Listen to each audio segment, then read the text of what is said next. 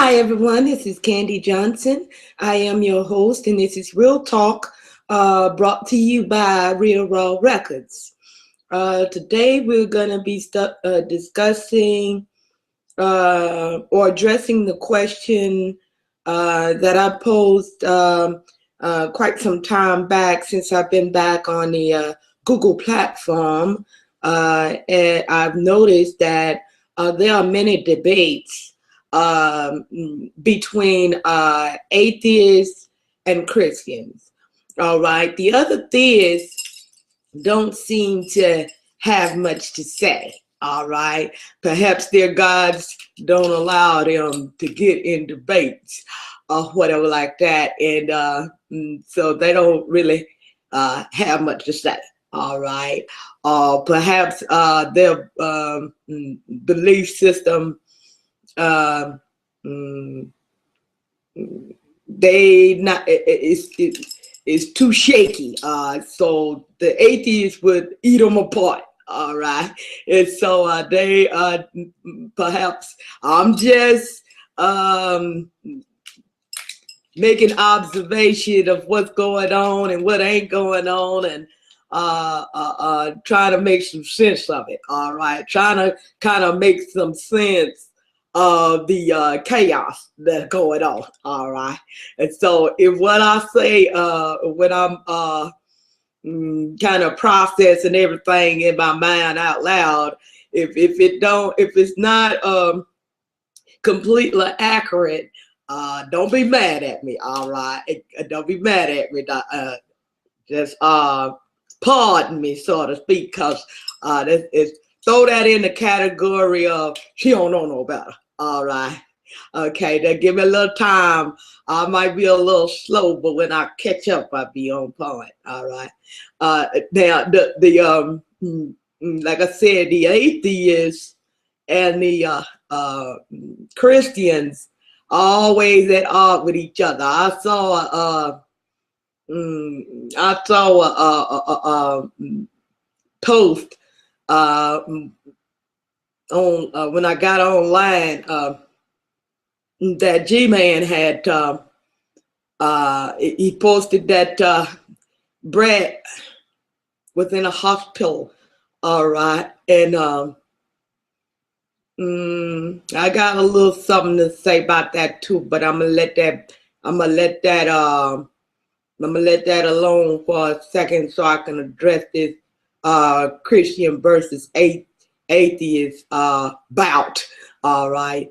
And so anyway, G-Man said that that Brett King, which is a professed believer, that he's in a hospital. All right. So I commented on the post that I will pray. All right.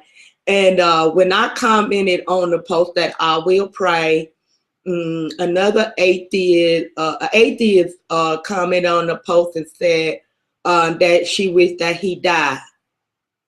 That was very ruthless and heartless. All right. But she's godless. So what do you expect? No, I'm not trying to say that to belittle her, but even the Bible said that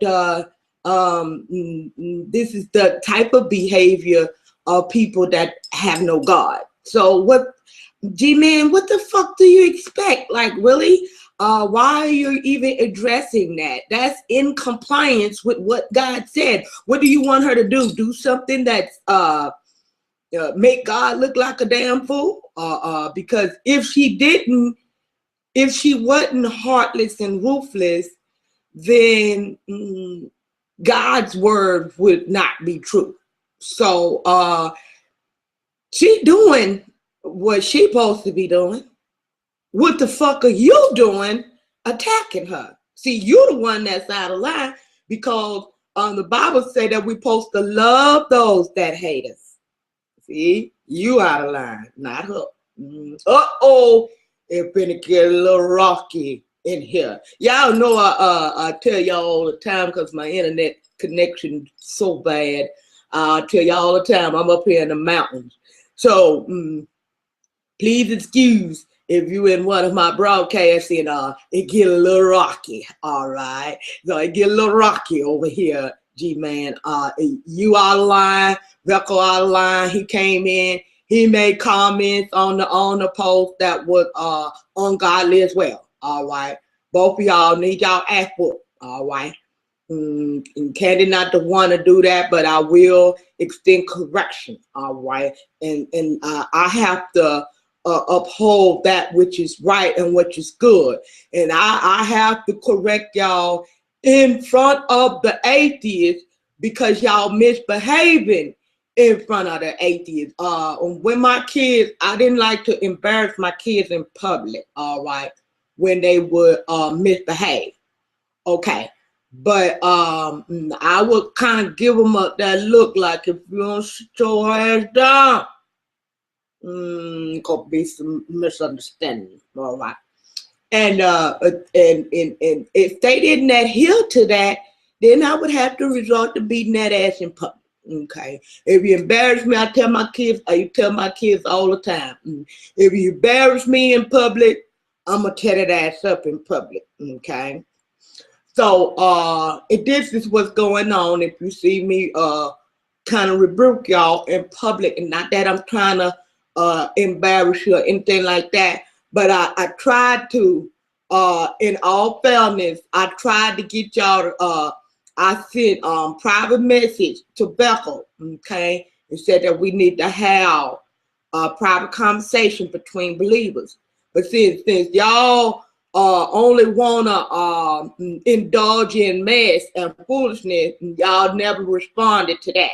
See, y'all, I noticed something about y'all. All right, I done sent messages to several people for a productive conversation and a cultural conversation and discuss some things. All right, and iron things out. All right. But I noticed with you mess makers, y'all don't want to y'all want to call out people to get into an argument. G-Man, I think you calling out the atheist.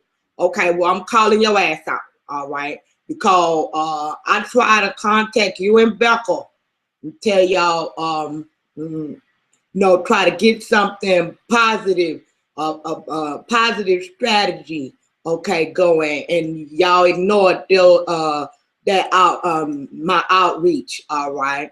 See, I'm gonna put your ass on blast, all right?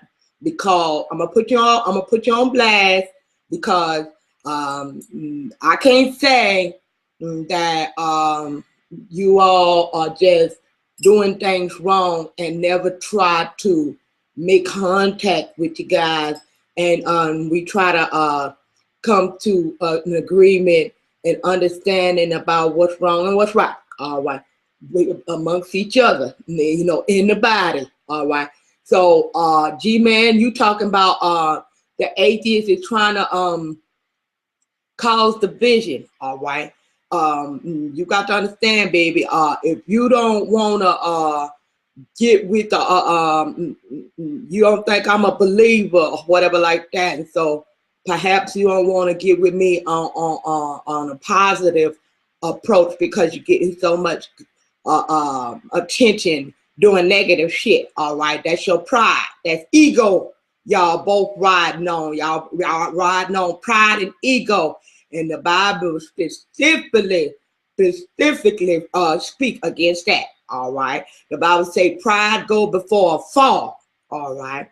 In the Bible also say that in the last day, in the day of judgment, that God, it didn't say nothing about the people that were sinners and unbelievers, that in the last day, he was going to say, depart from me, you're a worker of iniquity. I know you are not. I know you're not. He said that it's going to be a lot of people, okay, like y'all. You don't have to continue to fall in this category, but right now, y'all right on up in there. All right, y'all right up in there. Okay. it said that in the last day that it was going to be many that would cry out to him in the day of judgment and say, Lord, we did this in your name and we did that in your name. And he going to tell them, yeah, you did that in my name, but depart from me. You're a worker of iniquity. That's sin. You in sin, all right? He going to say, depart from me. You're a worker of iniquity. I know you not. That's going to be some crucial shit right there. That's going to be some crucial shit, okay? That's going to be some real crucial shit. I tell people about regret, all right? Regret is a motherfucker, okay? You spending all this time here, all right, online, attacking the unbelievers, attacking the atheists, all right? Yes, the atheists are going to experience some regret as well, okay? But they're going to experience the same amount of regret you're going to experience because you claim to have known better, all right? And you still are doing wrong, okay? So the Bible say to him that knoweth to do wrong, to him it is sin, all right? So you knowingly doing wrong, all right? Okay, now, as far as the atheists or anti-theists, they know they're wrong too, okay? So they're going to experience the same kind of regret. That, I'm telling you, that regret is a motherfucker. That's hell right there.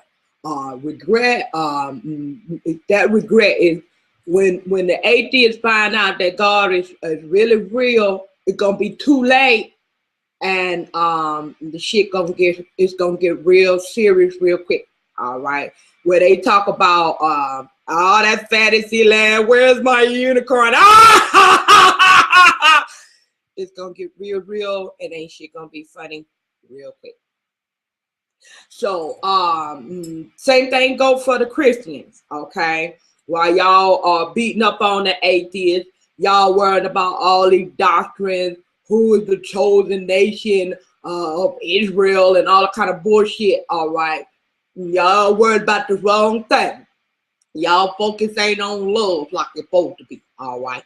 It's going to get real, and it's going to get real crucial real quick, all right? I ain't talking about in this dispensation of time, okay? What I'm saying is, you do it how you wanna. You do it how you want, as long as you're living, all right? And no day is promised to you. Keep that in mind, all right? Do it how you wanna, so long as you're living, all right? Keyword, so long as you're living. You do it how you wanna, all right? However, okay? You know how when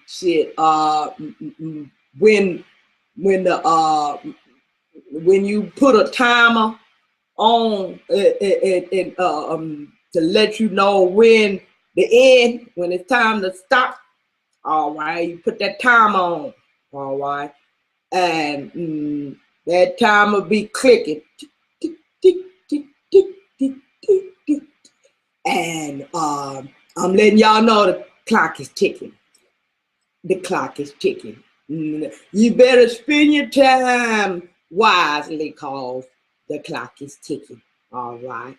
Both you atheists and Christian, you better spend your time wisely, cause the clock is ticking. All right. Tick tock, tick tock, tick tock, tick tock. The clock is ticking. All right. Both of y'all are doing the same damn thing. The atheists, they think that just because if they say don't know God exists, that he ain't real. All right. Okay. I don't argue with him. Okay. You can say God ain't real. Don't make me no bit of difference. I'm gonna sit back and enjoy his presence are going to sit back and enjoy the exclusive knowledge and wisdom and so forth that he rained down on those that call upon him and seek him for truth and guidance. Shit, I'm gonna just sit back and enjoy the ride. All right. So, baby, you can say what you want. Okay. I got this song I wrote called What the Fuck You Say. All right. And I wrote this here song because people they so used to manipulating other folk with what they say. All right. And so they come at me with that shit. All right. And shit, they'll try to enforce their opinions upon me, right? And you know, I'm a little thrown off, all right. So I don't ever comply with what everybody else doing. So every time people come to me and they be like, you know, trying to enforce their opinions upon me. And I'd be like, oh, you got me fucked up. I am not the one. All right. And they're not used to that. Okay. They used to people that if they're dominant acting, because these really are cowards that's hoping you comply. All right. They just hoping it. Okay, they ain't no leaders or nothing like that. They really cowards that's hoping that other people comply with what they want and desires. Okay, all you gotta do is challenge them on it. All right, and you'll find out exactly what I'm talking about. Right? Okay. So anyway, they'll come to me and try to enforce their opinions up on me. And I be like, if you don't get the fuck up out my face with that, I ain't the one. Okay. People will try to, hey there, Palm. Hey, Sugar.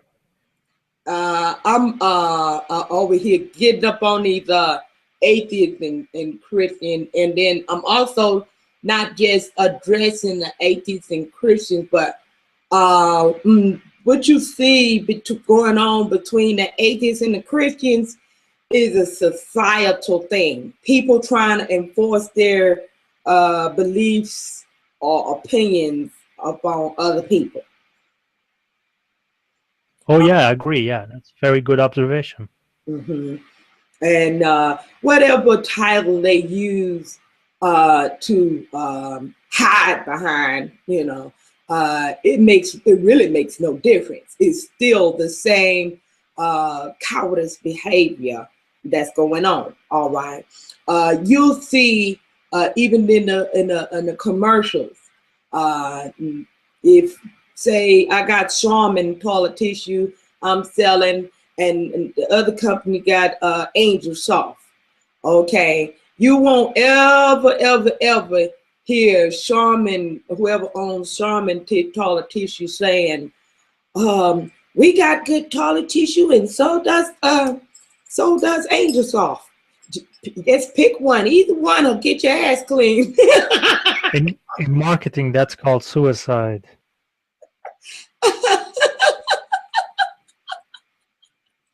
Hey, I'm Candy. Please buy Michael Jackson's album if you make a commercial for yourself. So you're committing suicide on a marketing. No, let me tell you a secret. See, I see, Palm. You're gonna have to start paying me for my my insight now. I'm just diving. But I love to disassemble false beliefs. Okay. Let me tell you something about praise. All right. And a lot of Christians got this mixed up. They think that we're supposed to just praise God, okay, and not one another, okay. But that's totally wrong and actually unbiblical. All right, it's against the Bible. All right, because over and over again in the Bible, it says that we should edify one another. Okay, all you Christians that's watching, y'all need to look that shit up. Look that shit up. Look it up in the Greek and Hebrew while you at it. Get your concordance, invest in your strong concordance, and learn your shit so you can stop being online, being dumbasses, and representing our daddy fucked up. All right. Anyway, back to what I was saying. Okay. Edify means to build up and worship. Okay. That's what it means. Okay. Look the shit up. I already did. I'm talking to the Christians that they out there cussing me out in their mind. Okay. But anyway, so Christians have got this really paganistic idea of worship that, even people that have pagan beliefs, they don't believe in worshiping one another. They believe in worshiping only their God, whether it be Buddha, Allah, idol, or rock, or whatever. They believe in only worshiping whatever their God, even if they are polytheists that believe in more than one God, they still only believe in worshiping their gods. Okay? So all beliefs, religious beliefs, believe in just worshiping their particular God. All right. But that is not what see, people wonder why Christians think they have this exclusive knowledge or this exclusive wisdom, or their God is the best God, or their God is the most everything, because he is. First of all, because he is. And the thing that makes him the best and the most awesome is that his way is so drastically different than everybody else's. And it's not just the difference that makes him so awesome. It's the intricate way that he designs everything, to work. I don't really know how to explain it, but he a bad son of a gun. All right. And the way that he designed praise to work, okay, we already defined what praise is. It's worship. It's edifying. Okay, if I can give praise to someone else, all right, I don't have to be okay. Praise is like a compliment. Okay, so therefore, if you dress real nice, Palm, and I come up on you and I say, "Oh, Palm," I say, "You're looking real nice today." I could be in my work clothes and dirty and smudgy and looking a mess, my hair all over my head, but I don't have to be looking good in order to give you a compliment. Wow. Makes sense, yeah. Yeah. So in that regard, do you know that when I extend you a compliment, then that actually lifts me up? Okay. And how does that lift me up? People, since when have you looked at a person that gave somebody else a compliment, if it was genuine? I ain't talking about the flatterers and the ass kissers. No, that's different. I ain't talking about that. I'm talking about somebody that actually gives, I notice you have these perky people and they're always giving people compliments. Oh, you look nice, Candy. Such and such. Oh, you're always on time. I love that. You're very punctual, and they're always extending compliments to others, Do you frown upon that person? Or does that make you respect them even more? Oh yeah, I frown upon him. I say, what the hell does this cat want from me? He must want something.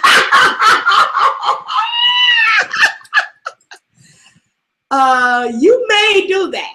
but you still will be inclined to give them what they want. Guaranteed. They ain't getting my money, that's for sure. Huh? I said they ain't getting my money. A person that is genuine, there's other aspects to it, okay? That you mean to tell me, okay, if you come across a genuine person and they're selling something that you need and could use, you would prefer to purchase that item or whatever from somebody that you know is a wicked person just to say, I don't want to give this nice person my money? No, I'm just joking, Candy. Oh, okay.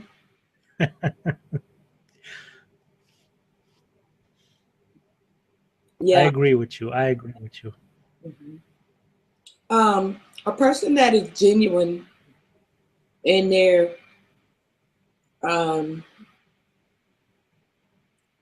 lifting people up, extending compliments and so forth. Not only would they be genuine in that regard, if they're a genuine person, then if they complain about something or something like that, you're more inclined to listen to their complaints because you know that they're not a person that generally complains about things. Right? What you think? I think that makes sense. When I was in the shelter, and this is a good example. When I was in the shelter, okay, other people there, they were very ungrateful. Those people gave us everything. I came there with nothing, with not even clothing on my back. And I had a vehicle, but I didn't have clothing and such. I had a keyboard because I saved up and got that. I've sacrificed. But I didn't even have clothing. They gave me everything I needed. In addition to food and shelter. All right. And the other people that were there, that were in the same predicament or even worse than I was when they came. And here I saw them go from having absolutely, completely nothing. Some people were from off the streets, living in the woods, literally in the woods, under the bridges. And they have like a stream that was not too far from the shelter that a lot of people, when they have nowhere to go, they would live up under the embankment. And oh God, it was just so horrible. I'm glad I was blessed I didn't never get in that type of predicament. But for someone to come from that type of environment where you outside, bugs eating you up, and good God Almighty, it's just really sad to think about.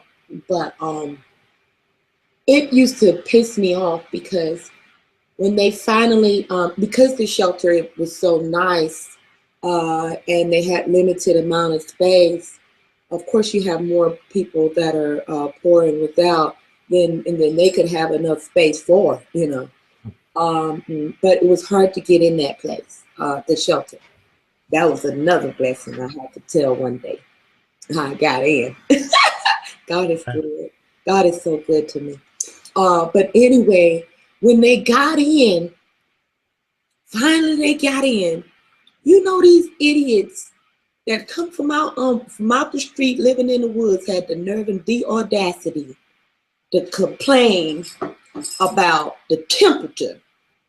It's hot in here. It's cold in here. Bitch, you just got your motherfucking ass from out from under the woods, in the freezing cold, living in the snow, and shit like that. You got nerve and audacity to complain about heat, bitch. Shut your motherfucking ass down somewhere, And I used to go off on them. They used to try to make me take medication for that.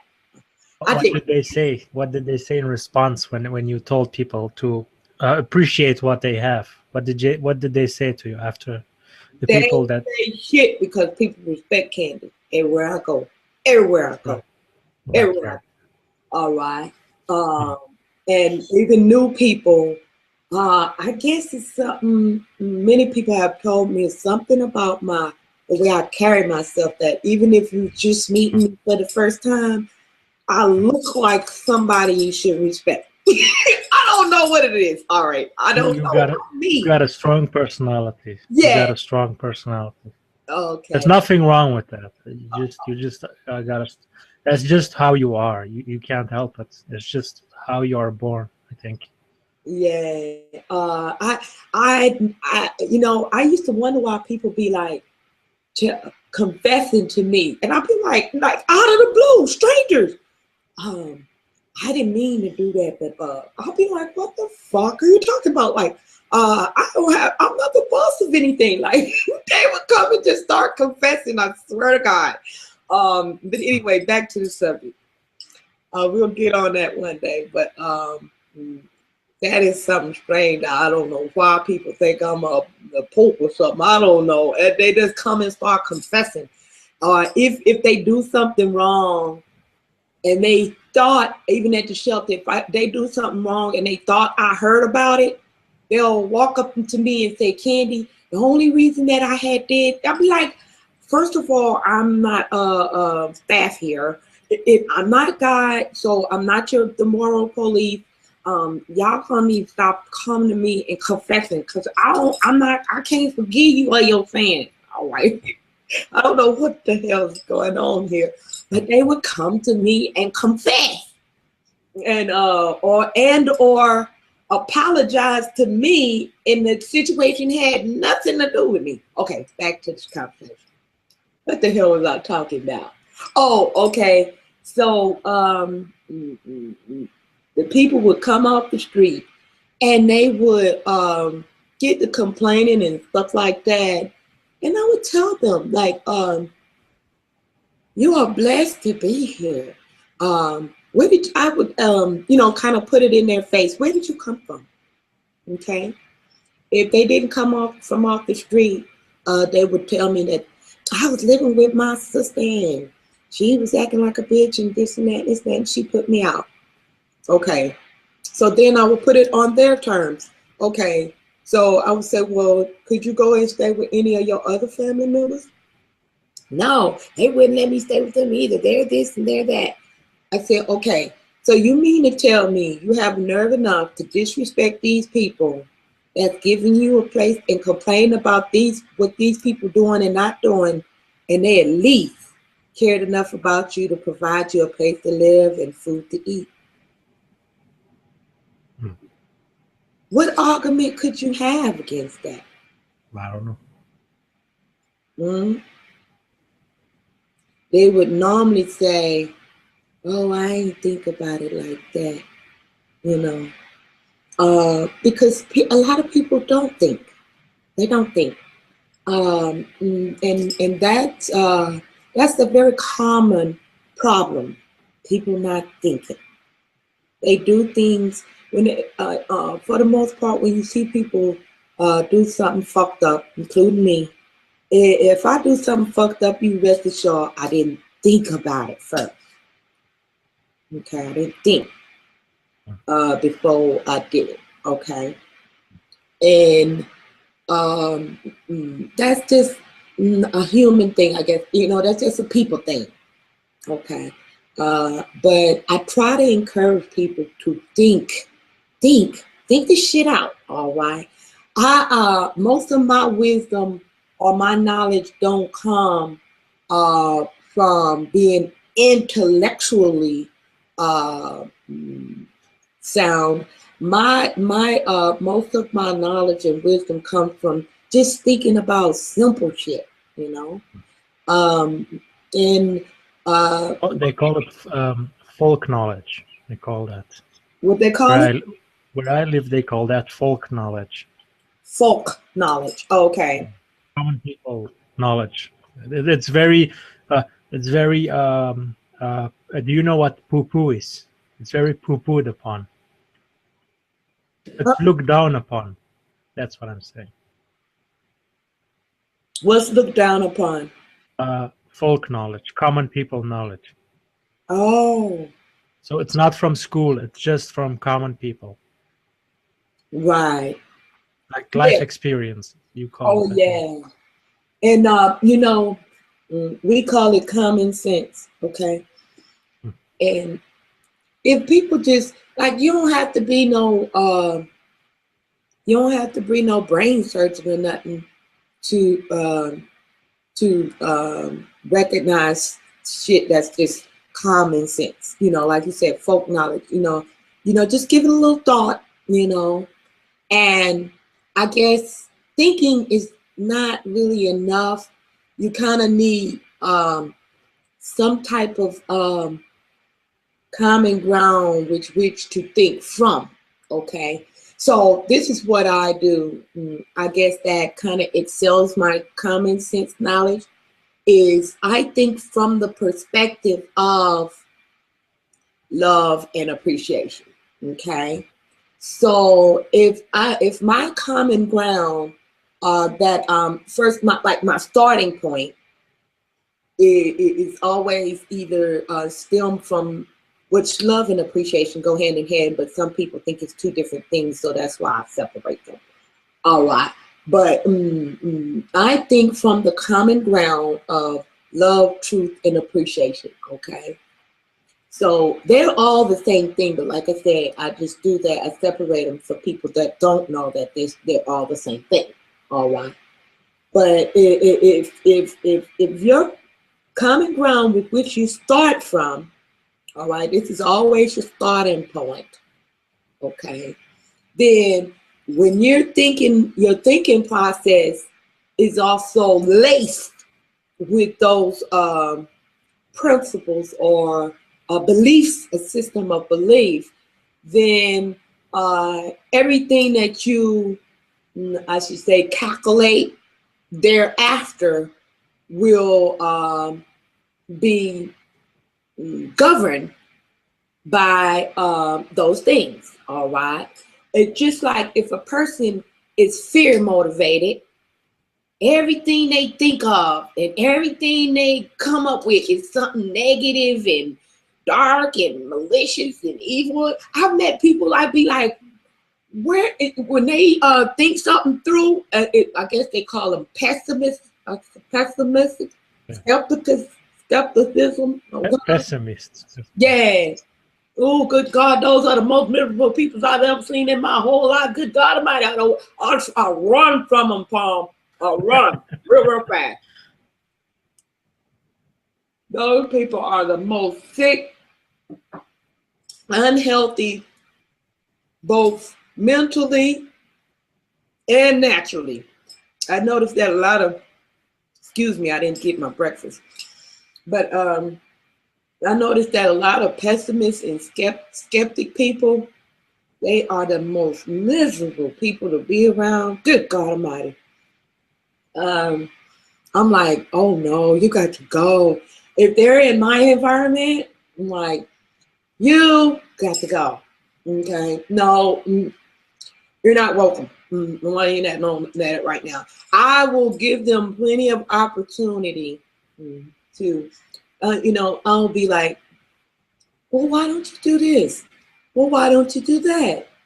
Well, have you ever thought about this? And you can get nothing. No, they got an answer, a negative answer to every fucking thing. The glasses half empty people. You can never get them to see that the glass is half full. No kind of way. All right. So I'm like, well, how about your whole glass be empty and you go get the fuck up out of here? You got to go. We ain't gonna even give you a half full glass. We gonna empty your shit and give you exactly what you need. Cause it's some people that take pleasure in pain. That is their pleasure. Don't take that away from them. It's unfair to do so.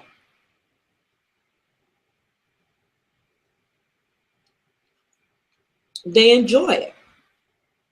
They like getting attention and so forth. I had to get on Nadia the other day. She's gonna write on a post that if she doesn't get her medication and have somewhere to refrigerate her medication, she's gonna die, and she's worried about dying and every day. I said, Nadia, I said, really, Nadia, you dying now? I said, you need to stop that. I said, anytime you say something to the point of exaggeration like that, it is not true. It's a lie. You are no longer just fabricating. Now you lying. Okay, you are not dying. Stop it. Stop that bullshit. I know you want people to feel sorry for you so you can gather up your money to get your surgery to be a woman or whatever like that, but you're going too far with that shit. Just stop it. You're going too far, baby. I love me some Nadia, but I don't care who it is. I don't like when people manipulate people into giving them money. If somebody give you money because they are sensitive to your need, let that be the reason, okay? But don't be tricking people, telling people you dying and all that kind of shit. Stop that motherfucking shit.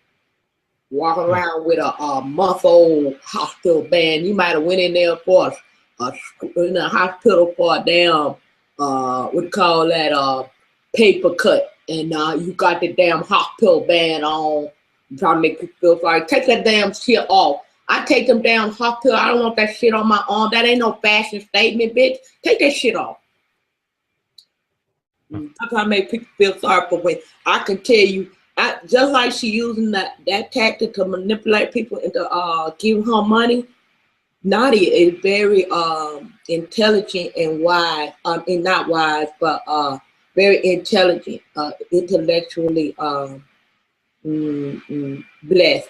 All right, she can make money with that, like her computer knowledge. Okay, she don't have to do that. I hope she can. Yeah, I mean that would get her life on the roads if she could use her knowledge to get that. Yeah. She's very smart. Yeah. Yeah, very smart. But don't use that smarts to trick people. That's wrong. Don't do that. Because it's going to come back on you. It's going to come back on you. Soon as she get that, she might get that money from people, making people feel sorry for her to get her surgery. All right. And she telling people they're giving towards her medicine and stuff, and she's saving up that money to get her surgery to be a woman. You know what can happen? She can save up all that money to get that surgery, and they botch her surgery, and then she really be dying. Okay? So, trust me, that shit come back on you. Okay? Possibility, yeah. If the surgery doesn't go well, that's... But I think she's willing to take that risk. That's not the point. My point is, the very thing you tricking people to get that money for can be the death for you. When you saying you dying to get it and to get the money, that very thing can actually kill you for real. Well, I feel genuinely sorry for Nadia. I hope she gets better. Get better from what? Drinking? Her drinking problem? Well, her gender dysphoria. That's very taxing. Oh, Lord. Don't tell me she done got you too. But anyway, let's get back on topic because I don't want to get into. That's fine. That's fine, Candy. I'm not very. I don't really fight over it. If we don't agree, it's fine. It's no problem. No, I just don't want to. What I'm saying, it's not that you fighting or nothing. I just don't want to. If you believe that she's really. But from what I've seen, I can only tell you from what I've personally witnessed.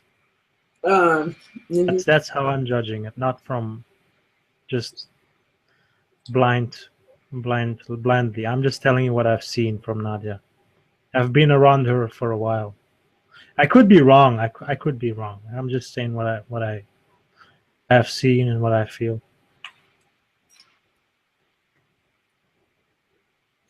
Okay. Okay. I'm sorry, Paul. I don't know whether I should let the cat out the bag. But go ahead, go ahead. It's no problem. I don't mind. That's what I'm kind of warring with. I don't know if I should let the cat Go out. ahead. Go ahead, Candy. I'm always interested in hearing your opinion. Maybe you'll change my mind, you know. I don't know. um, um, just pay attention, okay?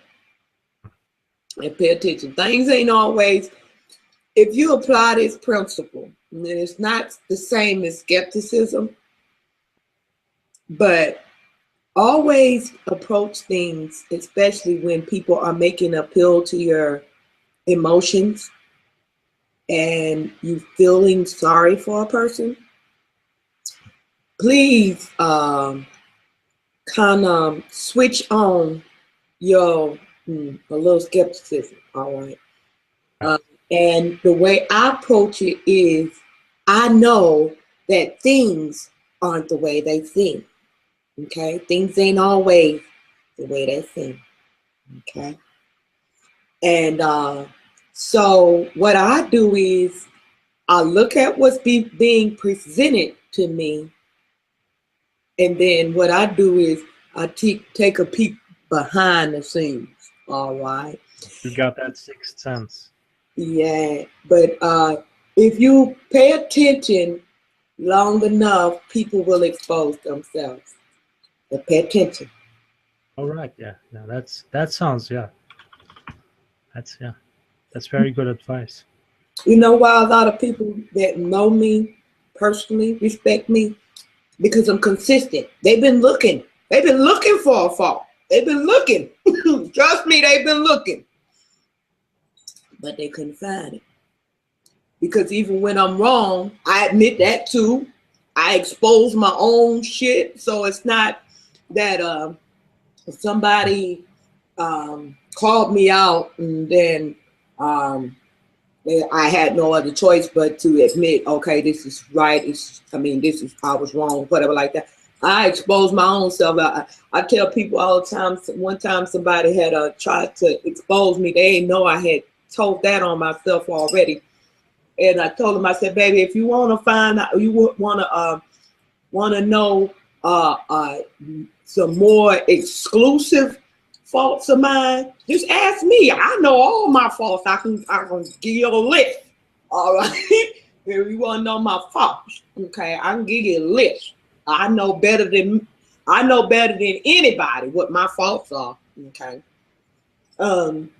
And see that right there, it cancels out all the bullshit. Okay, it cancels out all the bullshit.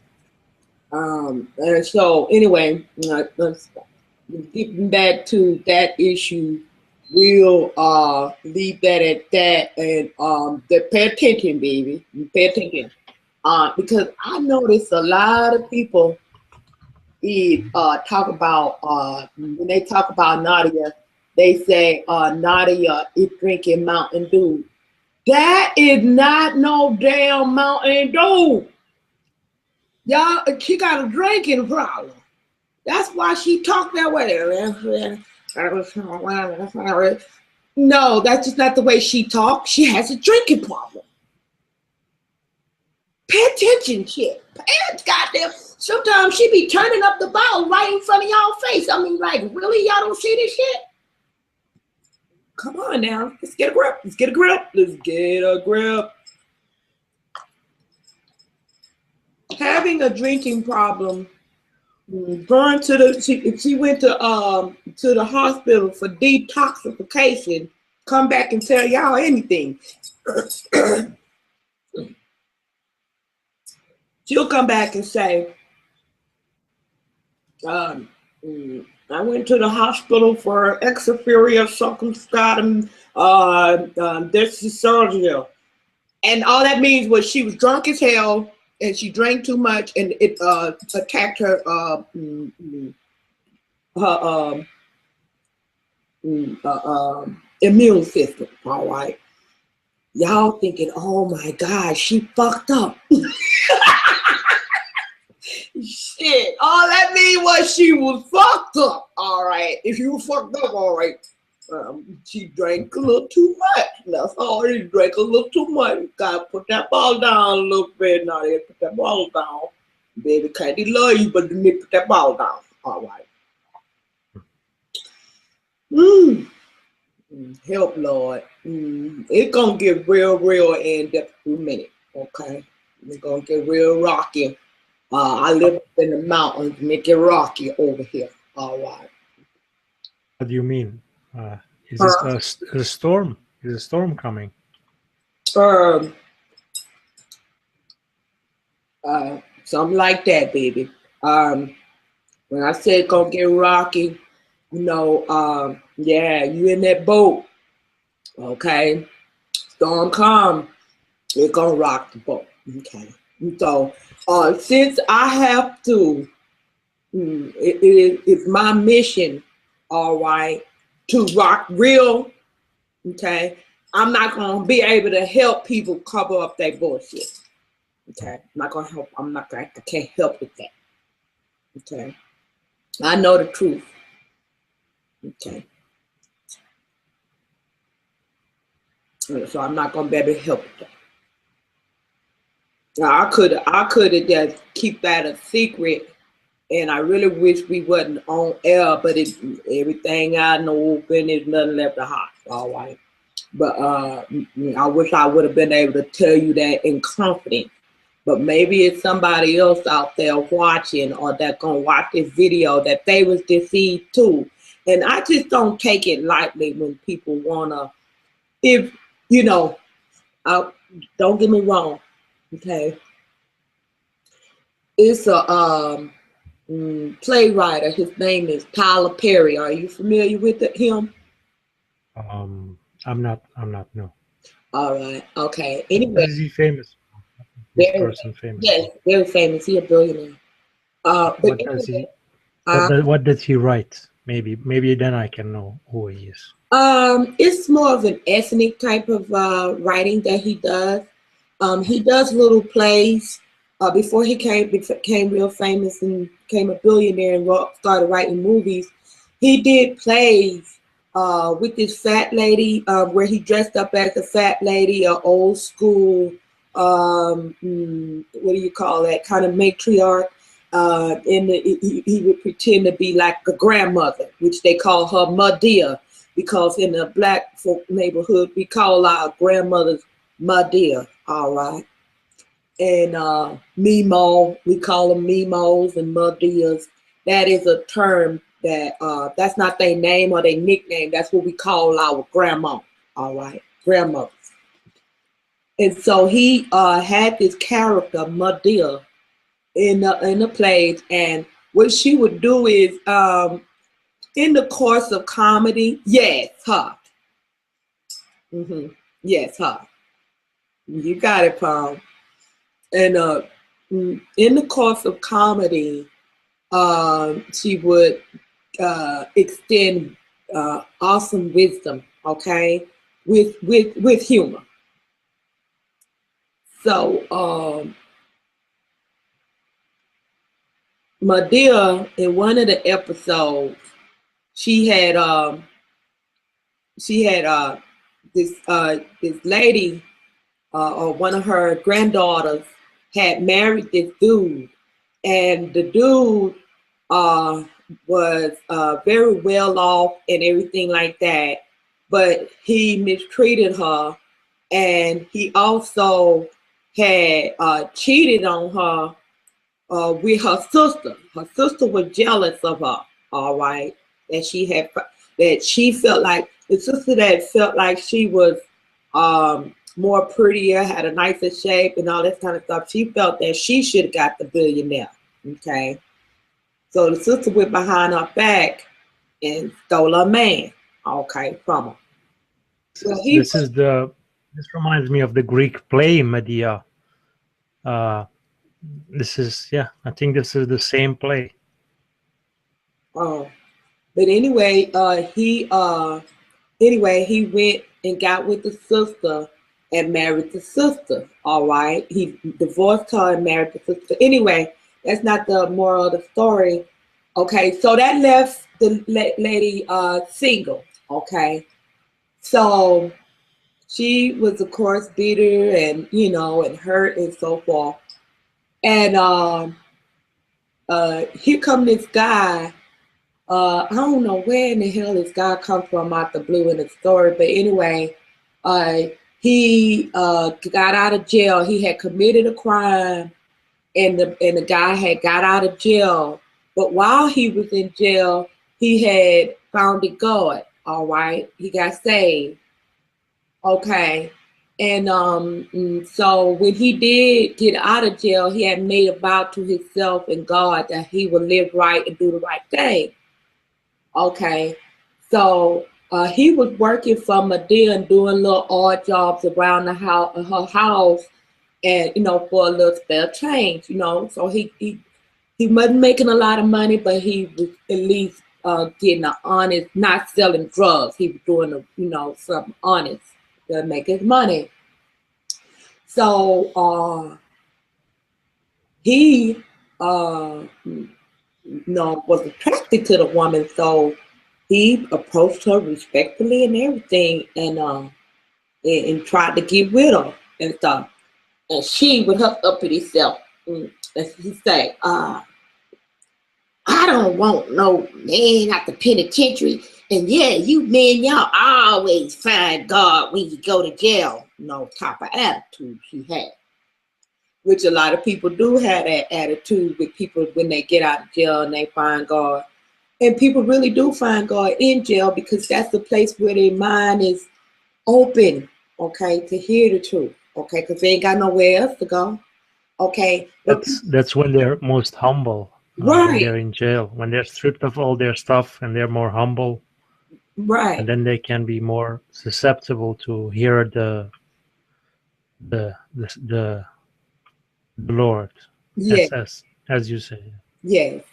And when they get out, many times these people do want to do the right thing, but it's because of people like her that will put them down and put them down and put them down, and they'll say, well, it's no use. I did try to do the right thing, but even for that, I didn't even get no respect for that. You know what I mean?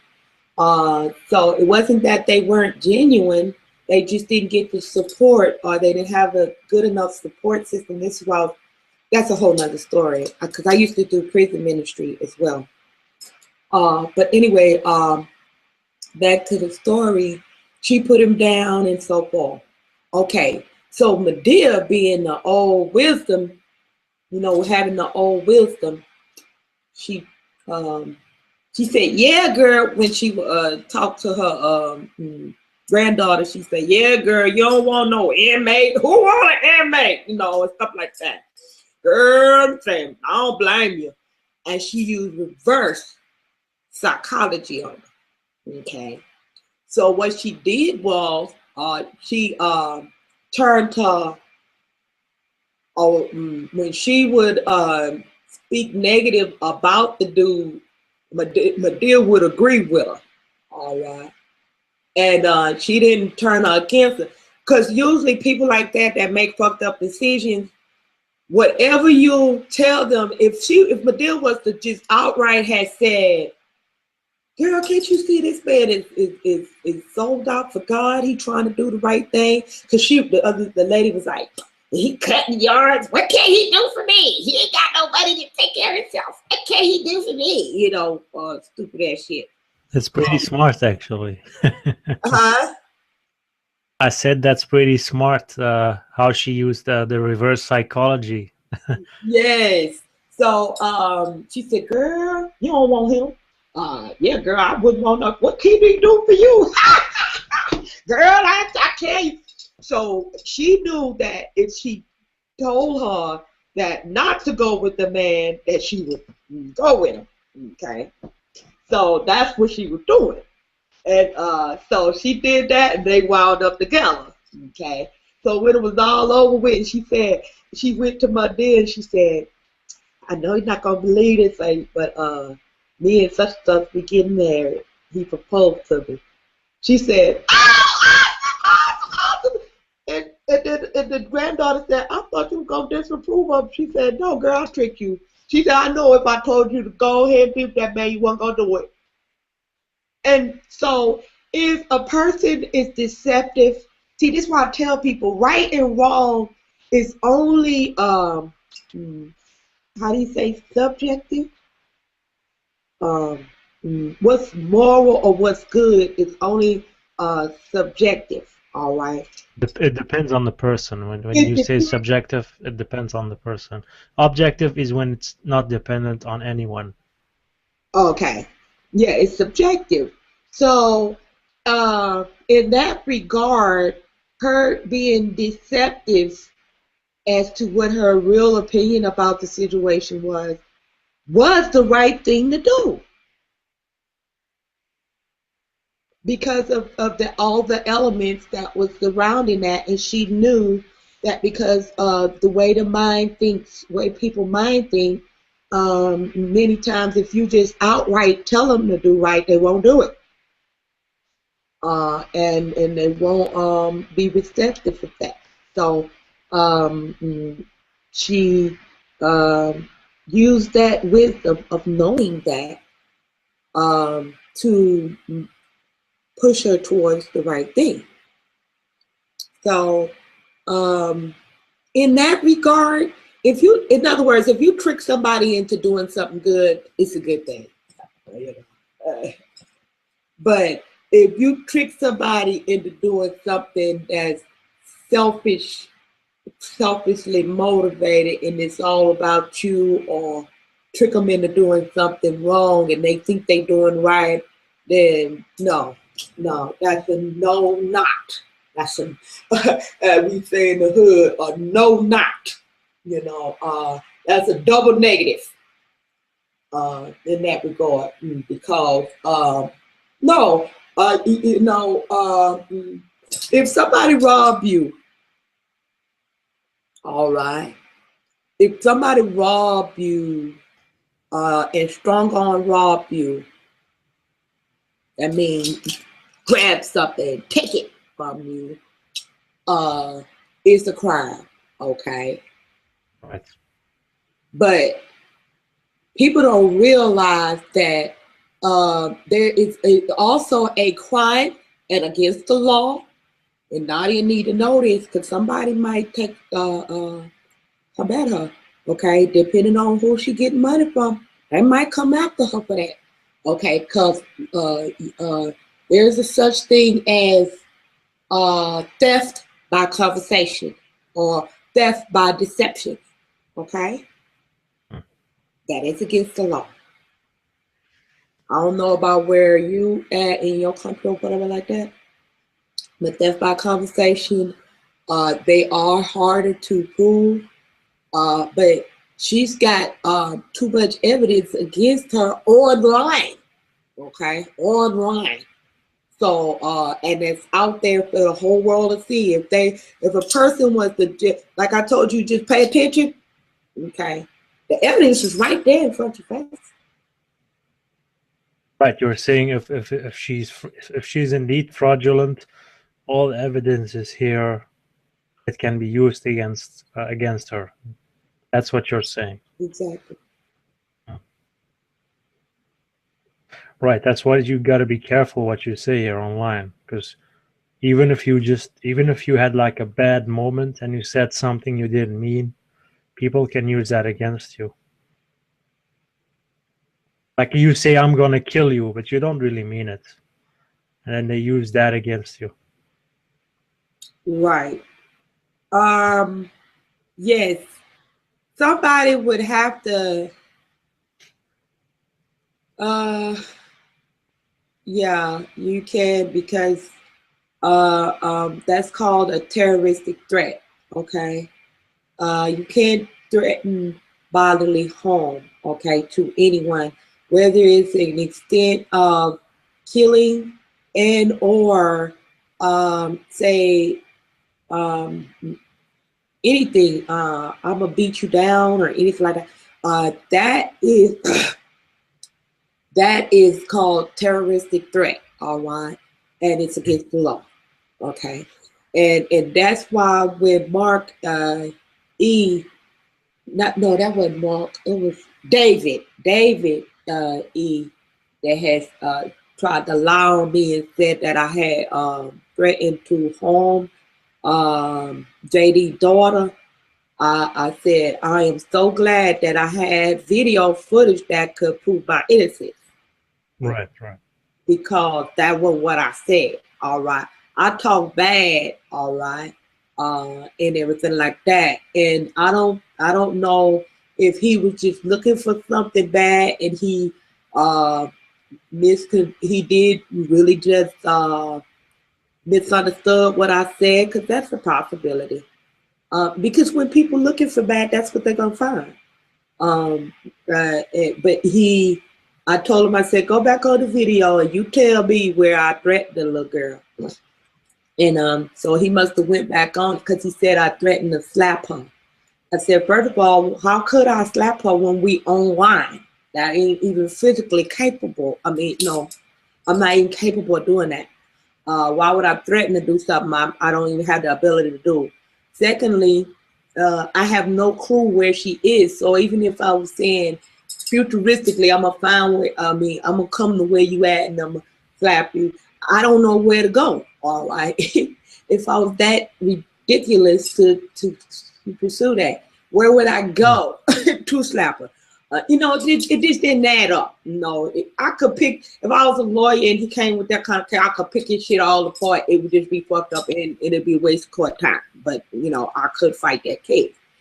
But I am thankful in that regard. Yes, a person could take what you saying online and use it against you. All right. But at the same time, the awesome thing about it is that goes both ways. See, don't you know, in a court of law, the same evidence that the prosecutor used, the defendant has the right to examine that evidence as well, because they can use it in a defense. Okay, so that's what happened with the O.J. Simpson case. All right, with O.J. Simpson. What's his name? Good God Almighty! What was his lawyer name? OJ Jr. I don't know. No, O.J. Simpson's lawyer, Johnny Cochran. All right. I'm not sure. I don't even know if I was born when this case went down. Oh yeah, you only 20-something. Oh shit. Yeah, I don't know. When was this case again? Was it in the 80s, 90s? When was it? No, this wasn't that old. No, it ain't been that old. But you probably was young though, and it was a American thing. It was more. Yeah. So anyway, but O.J. Simpson is a very famous athlete. All right, he was famous because he was good at all sports. He was just a bad motherfucker. All right. So anyway, he got off on the wrong foot and stuff like that, and he supposedly, allegedly had killed his wife. All right, it was basically a deal gone wrong. They framed him, but the glove that they was trying to frame him with, and said he used this and him glove when he was killing his wife. Where they fucked up was they didn't think the shit through. Okay. Remember I was talking about thinking stuff through? They didn't think it through because they used a glove. He a big man. And the people that were framing, they got little bitty hands. Okay, comparatively, they a man, but men glove. But he was such a big man, he would have to have abnormal size glove. You know what I mean? In big, humongous glove, and but they use an average size man's glove, okay, to frame him with, and said, these is the glove that he used to kill his wife. All right. But the problem was, so Johnny Concrete said, oh, really? So mind you, he have the same right to use the same evidence they using against his client. He can examine that evidence as well in his client's defense. So he examined the glove and found out, he said, put that glove there on. So he went to go put the glove on. He said, OJ kept telling him, them ain't my glove. Them ain't my glove. He didn't know as a he just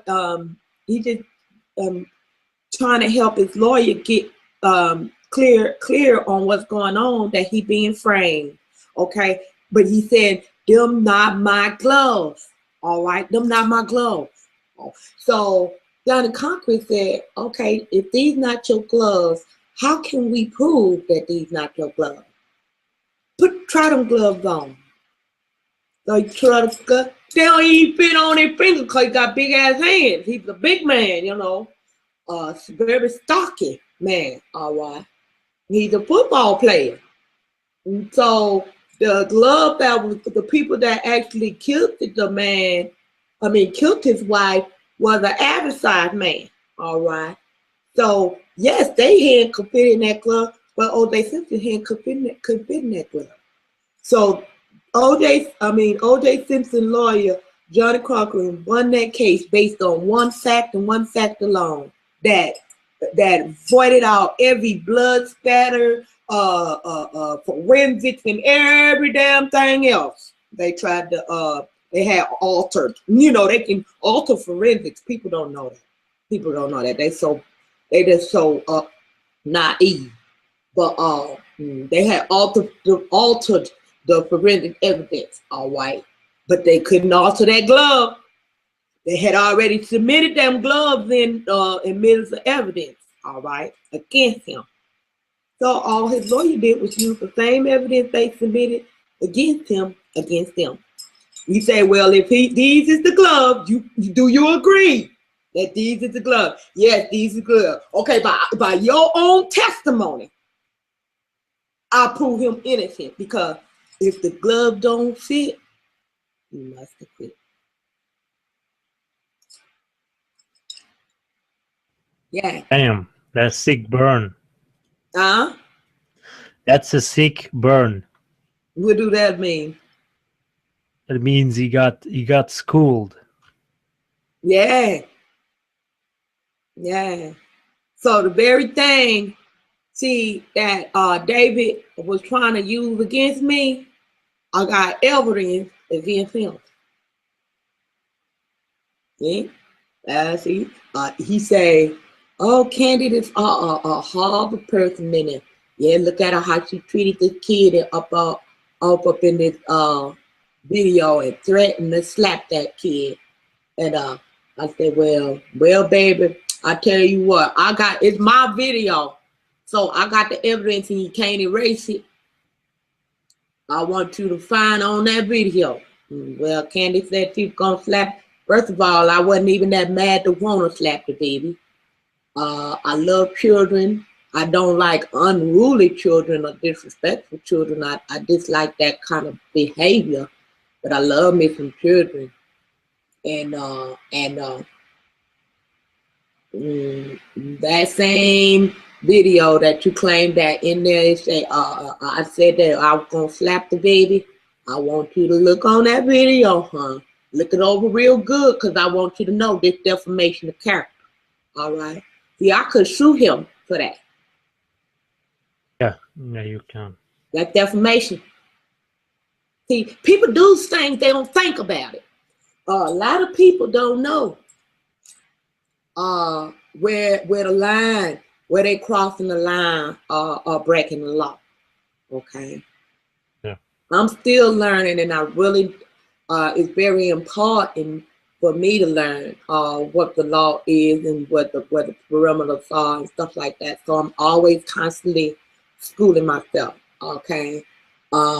Because not that I want to just go around suing people, But I want to know if somebody like that, like he did, that were trying to defame my character, because I work hard on my character, okay?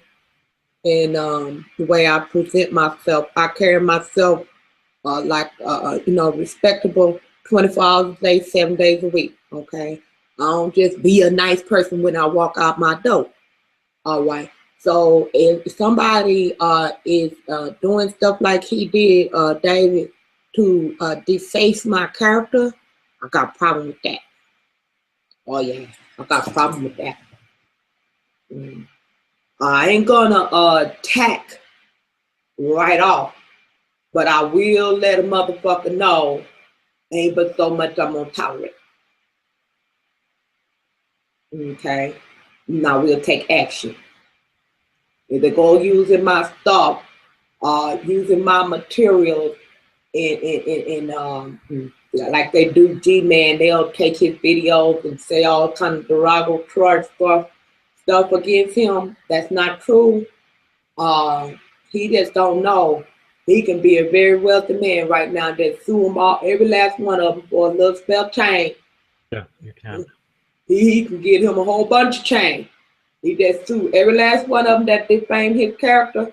But then see, the thing where that would be kind of a problem is that he got videos where he borderline defamation on other people, so I don't know what he can do about that. He might have, Evens out. Evens out. It evens out. He gets money from others, and then he gives that money to the people he defamed. So everyone, the money just goes back and forth.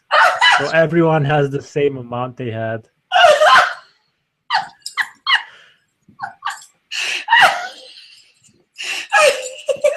Oh shit.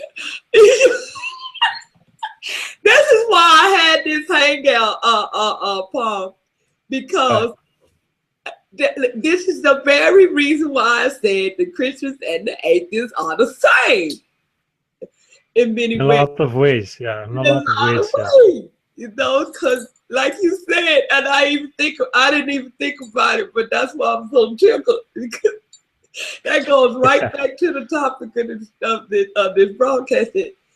Christians and atheists is the same. Like if they was to sue each other, like you said, the money would be just swapping hands. I think the lawyer would just get rich. That's the only person who would get rich. They'd all be paying each other, and shit. And so, shit. Oh shit. But I let them know. I told when I seen a video where they was kind of very defaming of G-Man. I put on that post. I say this, y'all need to be ashamed yourself. Y'all need to quit y'all shit. It was funny though.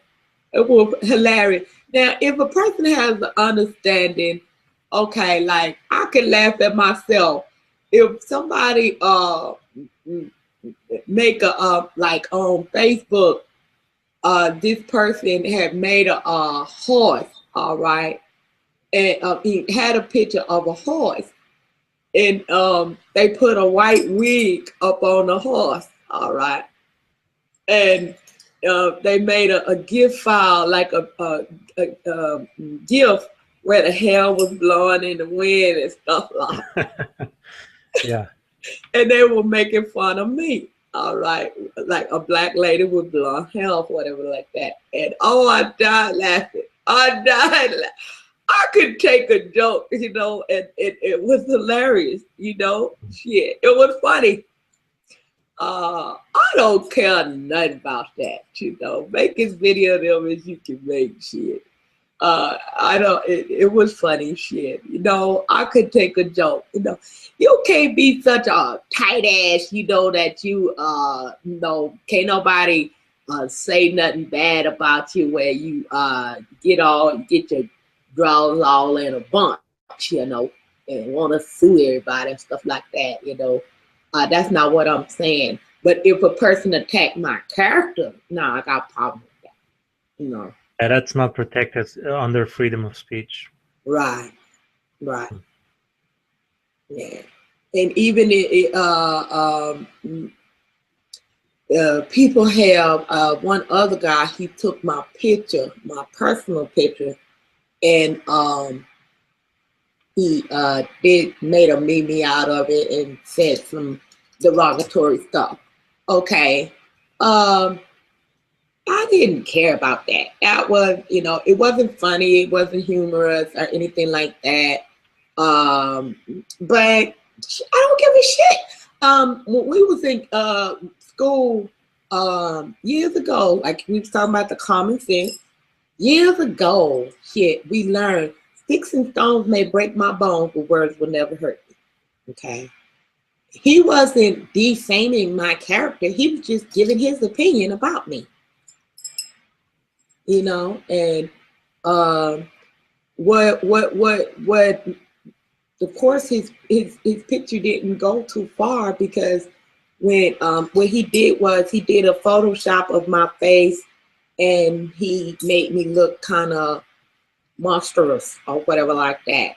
But then when people said well, who is this you talking about or whatever, that's funny, who is this you're supposed to be talking about? Yeah, he said, this bitch named Candy, this bitch with this blonde hair, she thinks she all of that and all that kind of stuff. And he was just jealous or being hateful or whatever. That's pretty nasty. Yeah, he was being nasty. So, but when he would come to my page, this was so funny, his friends were trying to holler at me. They was like, well, who is supposed to be ugly? This bitch is pretty.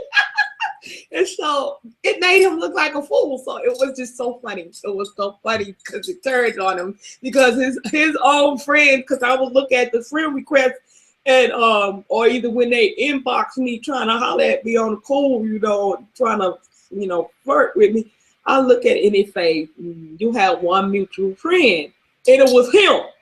I say, oh, so his friend, he thought he was making fun of me. Now his friends all up in my inbox. It was so funny, it switched on him.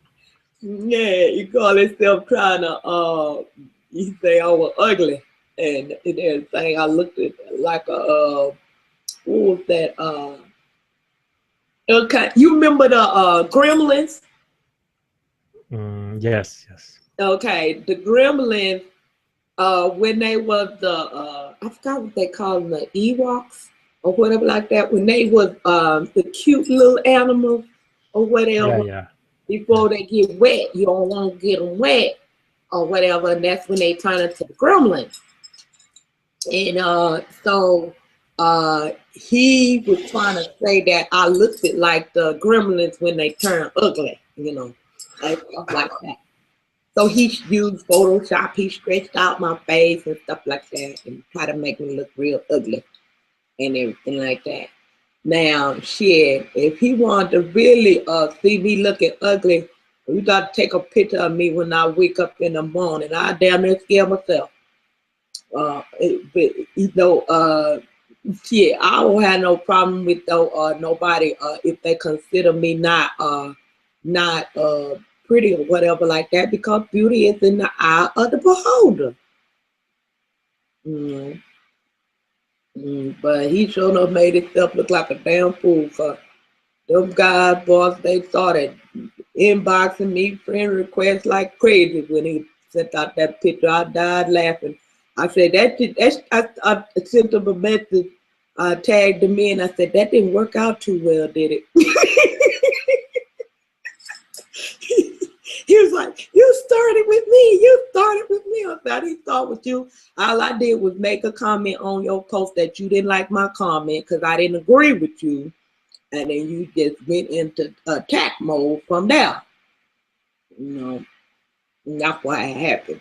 But this is how the Christian and the atheist do one another. All right. One will make a comment. All right. The other one disagree with the comment and they attack. You know, you don't have to attack every time somebody make a comment that you don't agree with. Right. They post. I have all kind of atheists that's in my circles, and I'm friends with them. Okay, they post all the God hating stuff that they want to. It don't make me no. Never mind if they post too much of it, and it don't get on my nerve because I I don't want to see them saying bad things about God. It might get on my nerves sometimes because they get carried away and they post too many posts. It's my problem if they do too much posting. And that's for anybody, even if you're posting something good. I've uncircled people for posting too many positive memes. Like, you're doing the most. Just stop it. It's too much. I think when people get offended, when people offend their gods, I think that's really a result of a fragile ego more than actually them being upset over the god being upset. It's really the person has a very fragile ego. Yes. Yes, you hit that nail right on the head, Pump. Hey, who that? We got somebody in the room. Hey. Green is in the house. What's up, Green Soul?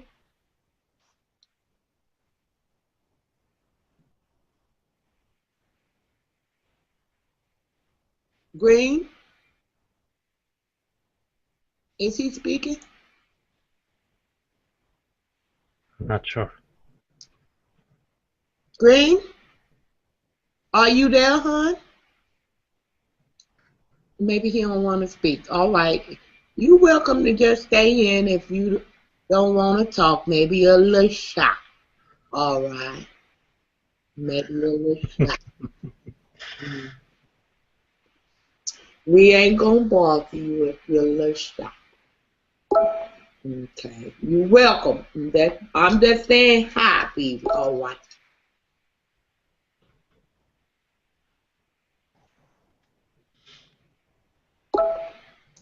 I'm sorry, I'm having a bit of a lag. I could hear you. Can you hear me? Yes. Uh-huh. Yeah, it's not that. I couldn't speak because I have a lag going on. The connection's not that great. Oh. But thank you for inviting me. Okay. All right. Do you have anything you'd like to contribute to the conversation, or you just listening? No, just listening. All right. Yeah.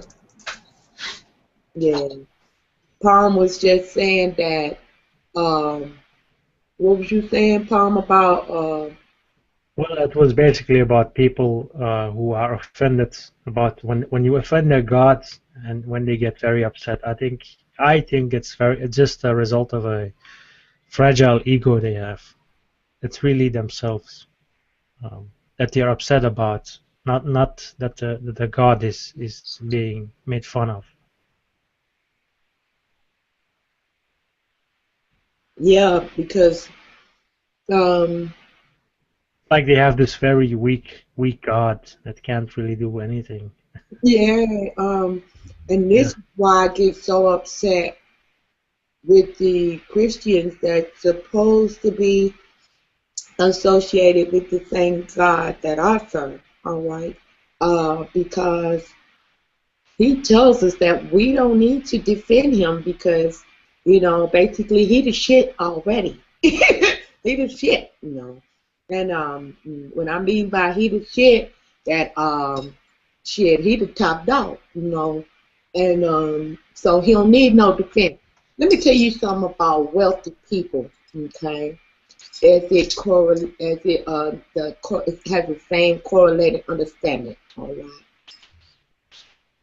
A person that has wealth and status, they don't have to explain a motherfucking thing to you, okay? They don't have to. If you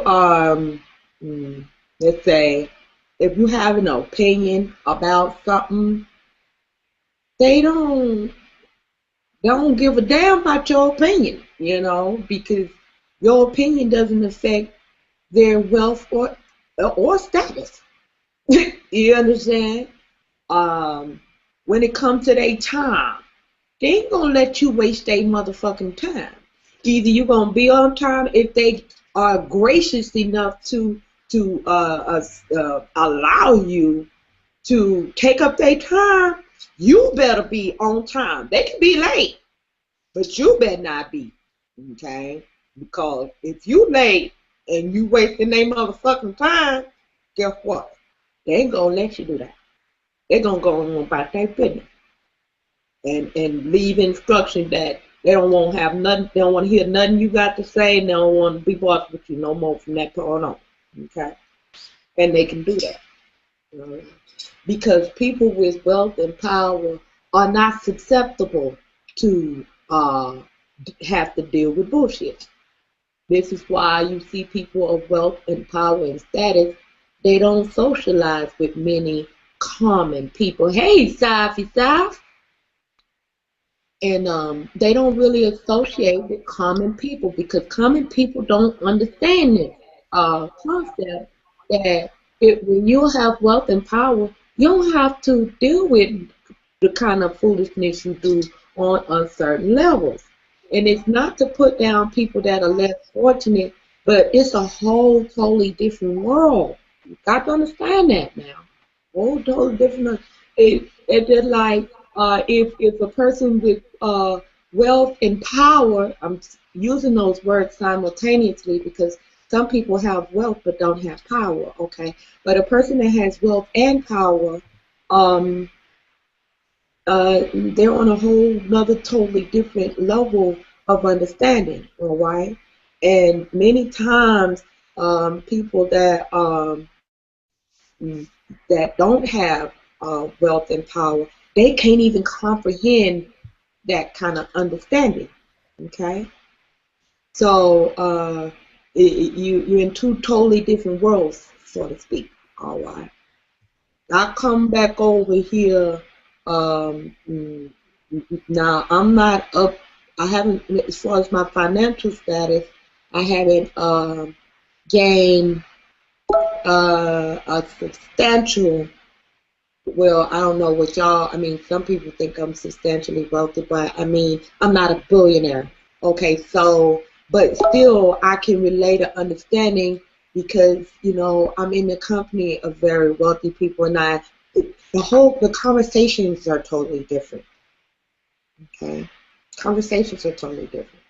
You know, they won't be sitting up debating about whose God is, you know, even you may have atheists in the same room with Christians, all right.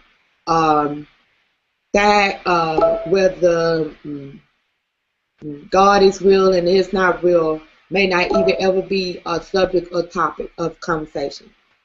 Their conversation is about is this business deal gonna work or not? You know, it's a totally different. It's totally different. You know, they don't have discussions about whether or not something is affordable. They have discussions about whether or not they're gonna buy it. It's a difference. Big difference. So if I tend to give off somewhat an arrogant, it may seem arrogant, but what it is confidence. All right, I understand the difference between financial mentalities. Okay, and people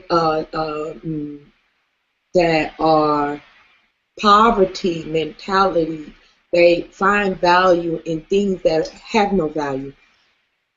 Like how many likes and views that you got on your page. I know billionaires right now that don't even have a Facebook page.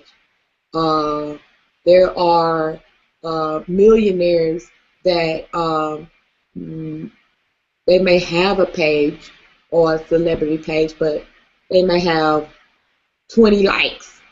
Does that make them less a millionaire? Hell no.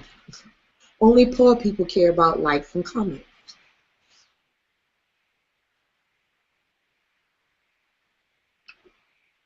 because that's where they value it.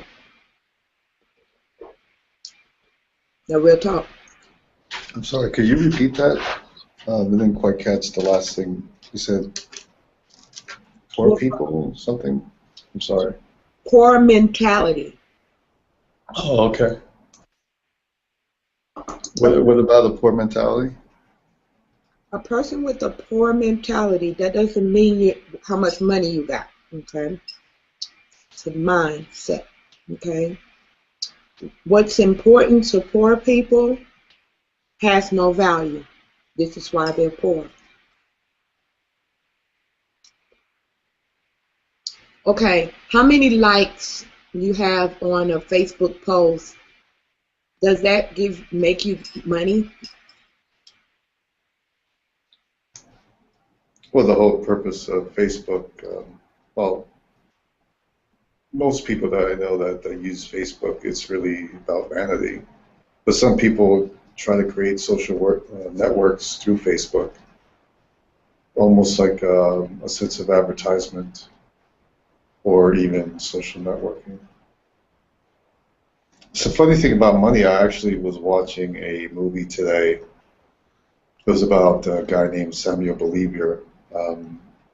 Basically, he's called like the liberator of South America. But there was a quote one of his professors was telling him.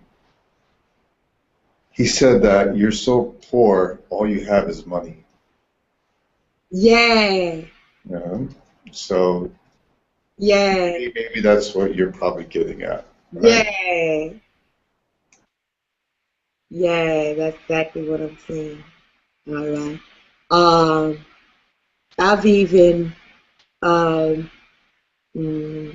I talk to people that are millionaires, they wonder, like, and say, for example, their financial status, they're worth more than me financially, as far as their bank account, all right? But why I talk to them like they're beneath me.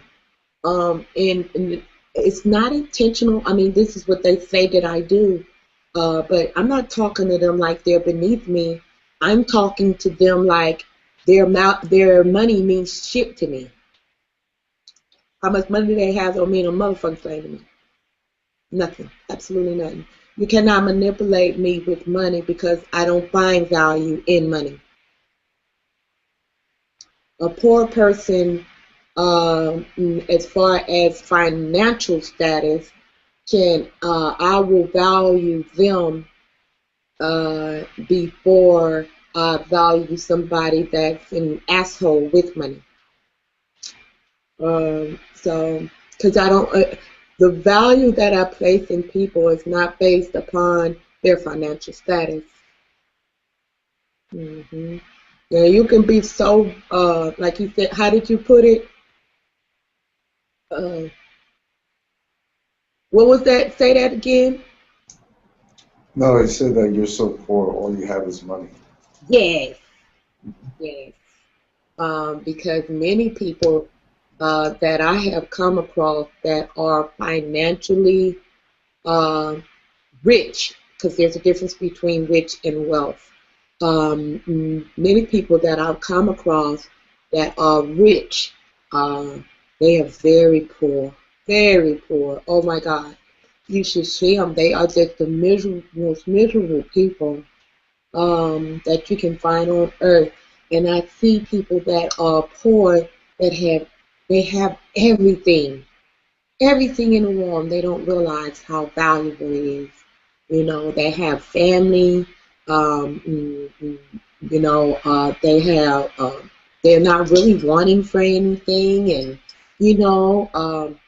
they are successful in that regard. Like, what more do you want from besides that? You know what I mean? And they look at the rich people that are rich as in finances, but they don't know how poor these people are. These people are so miserable.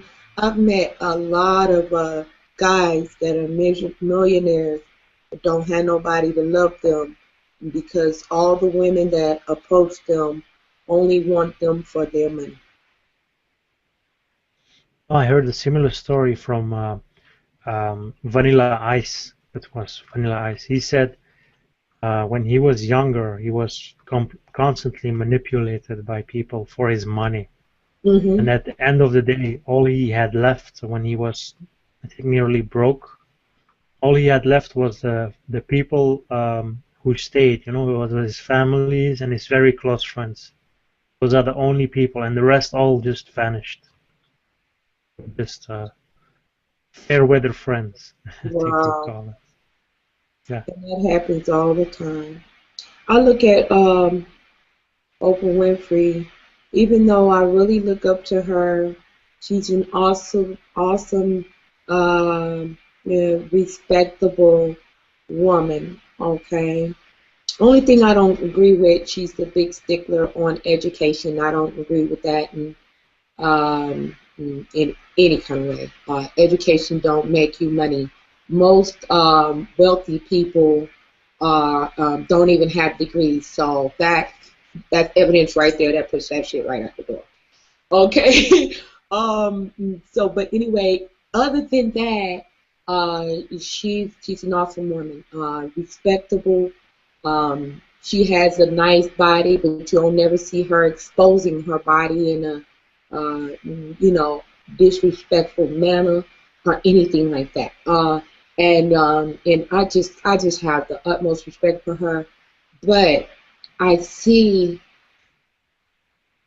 wow, um, no amount of makeup that they can put on her can hide that she's unhappy. Yeah, she's not happy. And I don't think it may be, I don't know if it's her fault or not. It could be. She might be too dominating to, uh, mm, as far as really have mm, a loving relationship with a man. She might be a little too dominant. Because this is the thing with women that are leaders. I used to have that same kind of problem. Uh, I was too controlling of too many aspects. And God had to teach me and say, okay, I gave you, you have a leadership type of character, okay, but you need to know how to change your hat, so to speak. You know, when you dealing in business, you put on your business hat. When you are dealing with your husband, then you have to put on your wife hat. You're no longer the boss, all right. You are the wife. You're the co-partner. No. So I had to learn how to put on my different hats, all right. And I think many women that are leaders, I think that's their biggest struggle with finding a compatible mate because they don't know how to change them hats, okay, and humble themselves to the authority of a man. The other aspect is on the men. The men are very intimidated by very powerful women. Very intimidated by that. But Oprah, it's obvious that she is not happy. And she got plenty of money. Mhm. Um, there are a lot of people. If you just pay attention, remember what I was telling you, Palm, earlier. I say you just, people can present something to you, but you kind of got to take a peek behind the scenes. Look, in other words, look past what they trying to present to you, the cover up. You gotta lift the mask, so to speak, and just pay attention what you really seeing. You know what I'm saying? Yes. Yeah. You ever seen a woman with a bad, real bad makeup job on?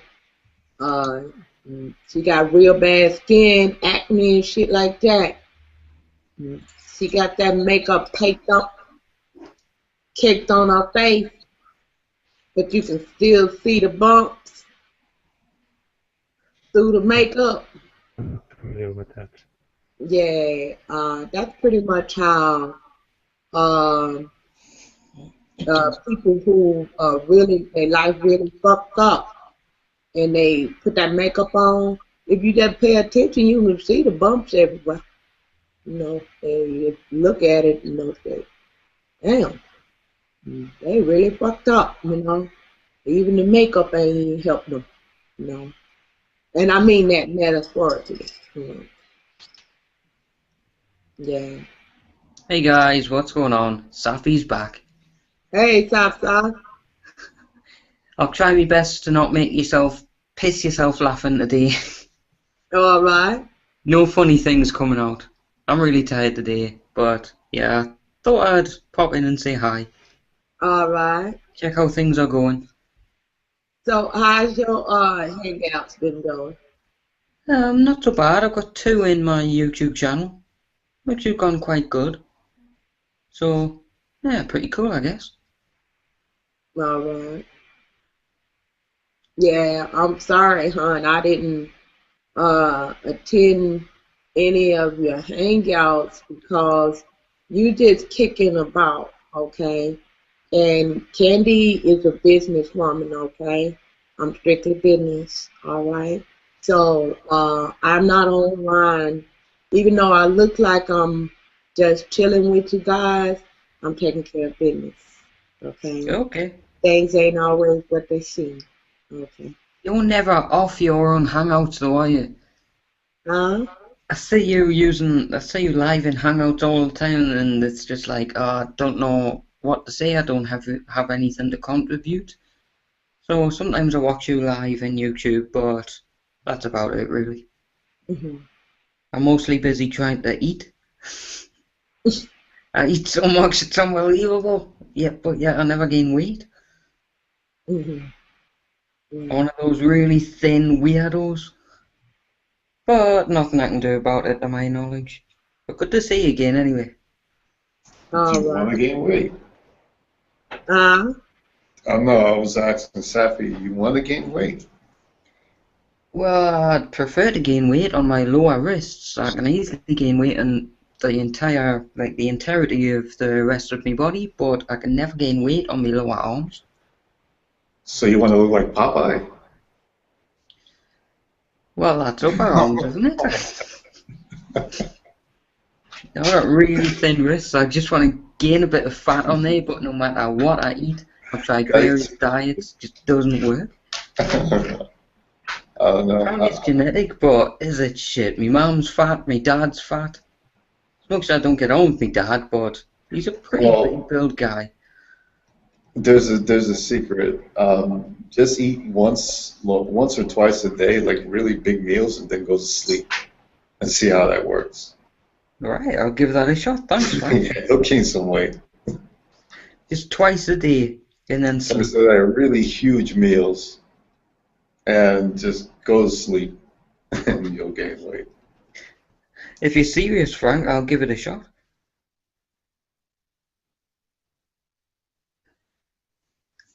You're muted, Frank, if you're speaking there. No, I'm sorry. You're not. Are you lifting weights? No, I'm not up to weights. I have brittle bone. Wouldn't really call it brittle bone disease, but I have osteoporosis and stuff, so I can't really lift much. I've had to go BMX riding because of constant fractures and broken bones. Oh, okay. I gotcha. Maybe that's what's contributing, not you gaining weight. Is that possible? Yeah, Because I guess so. yeah, I think that's what it is. So forget what I just said. I've done wrist exercises trying to lift. Long story short, my uncle Rob used to be in the army, and he brought back home to England, the UK. These massive freaking tank bones. I used to use them as weights, and Okay. tendonitis just screwed me over. Tried as long as my wrist didn't hurt, shitloads, you know, and like it didn't seem to gain any more muscle, and certainly no fat on my lower wrists. I mean, my upper arms are just sort of about average for my characteristic sort of thing, but around my wrist area, really thin. Don't get it.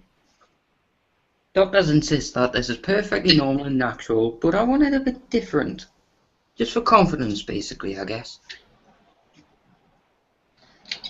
I think as long as your wrists are really strong, I don't think it really matters on the size, but it's really the bones of your wrist. Wouldn't that make more sense? Because, you know, It seems like the skin is like right on the bone in my lower arms. well, that's the same way with mine, actually. There's a lot of people like that, but they have very strong wrists. You know, I would say just do a lot of stretches. Stretches are actually really good. Well, You know? I would have to say, Safi, that I think most of your issues that you're dealing with is because you are needing to at some point come to grips with learning how to love yourself as you are, okay? Many people... Sorry to interrupt, Candy, but I do actually. It's just uncomfortable when I see how thin my wrists are. It's like my arms are freaks kind of thing, but I'm not really upset about it. I could just do with a bit more confidence. That's what I mean. Well, that's what I was saying, Safi. Yeah. They say, did you see these exercises that it's like a bar and then it has a string in the bottom? You're doing this. Can you see me? Oh, like yeah. that? Try that. Yeah, I'll give that a shot. Yeah, just roll it up with a weight in the bottom, and then you just like clockwise and counterclockwise. You know, and, actually, a lot of people do it. I used to do it when I was younger, when I used to play baseball, because you really need a strong wrist to swing the bat. So I knew there was a meaning to the movie I was watching earlier on TV about baseball, and I was like, somebody just had a weird feeling like somebody was about to talk about baseball. I was like, oh well, there you go. Another strange coincidence, Frank. yeah, Carl Jung Carl Jung had a phrase for that. It's called synchronicity. There's a term for that in psychology, synchronicity. When you hear something and you think about something, all of a sudden somebody talks about it, that's synchronicity. Synchronicity, yeah. Yeah, it's the concept of that. But yeah, do you play any type of sports? Well, I used to ride BMX bikes and stuff, but with sports, no. Well, you used to ride bikes. I You used to have a bike? I write a lot of rap lyrics and stuff, so that kind of hurts my I'm wrist. sorry. Can you repeat that? I don't play sports, really. Oh, okay. But I do write a lot of rap, like music lyrics, which tends to strain my wrist because I'm constantly moving it. You know, it's some kind of joint problem. Trying to write it down quick enough before I forget them. Like, come on, start, and then I'll forget it. Like, oh shit, can't write quick enough. That's just me though. I got a really good rap in my mind, like lyrics, you know. I'm like, I need to keep a pen and paper in my pocket all the time to at least make sure that I'm kind of ready. What's so funny about rap anyway? I said exercise. He's talking about rap. I just started laughing. That is an exercise, though, isn't it? it just went another direction. I was like, oh. This whole conversation is a bit. I don't mind when things get off topic, but we do want to keep in mind this is live, and I'd appreciate it if we keep in mind that I do have a purpose here, and that's to have topics that's of interest to more than just one person, because we do have people, outside watching, okay? And sorry about that, Candy. Please carry on. Okay. No, you all can carry on, but just please keep that in mind. Yeah, we want to talk about topics that what do you want to say? Interest more than one person. Okay. As far as Safi bringing up the fact that he wants to, he's working on building up his lower arms and stuff like that. And as far as people not being satisfied with their the natural way that they were born or whatever like that. Like I have this what do you call that, spare tire, even though I have like the perfect shape, seem like it annoys the fuck out of me that I have that spare tire, that extra piece of meat sticking out. And I love the fact that, the rest of me, God did an awesome job, but that one little spot, that bothers me or whatever like that, that's something that a lot of people can relate to, okay? That's something that a lot of people can relate to, not being satisfied and maybe wanting to do something about it. To, hey, Idol Smasher, wanting to change that. So, carry on. I just wanted to ask you all to kind of more generalize the subject and make it make it where everybody can contribute to the conversation. Yeah, Candy, I got the double chin action going on here. I see you, miss. See that?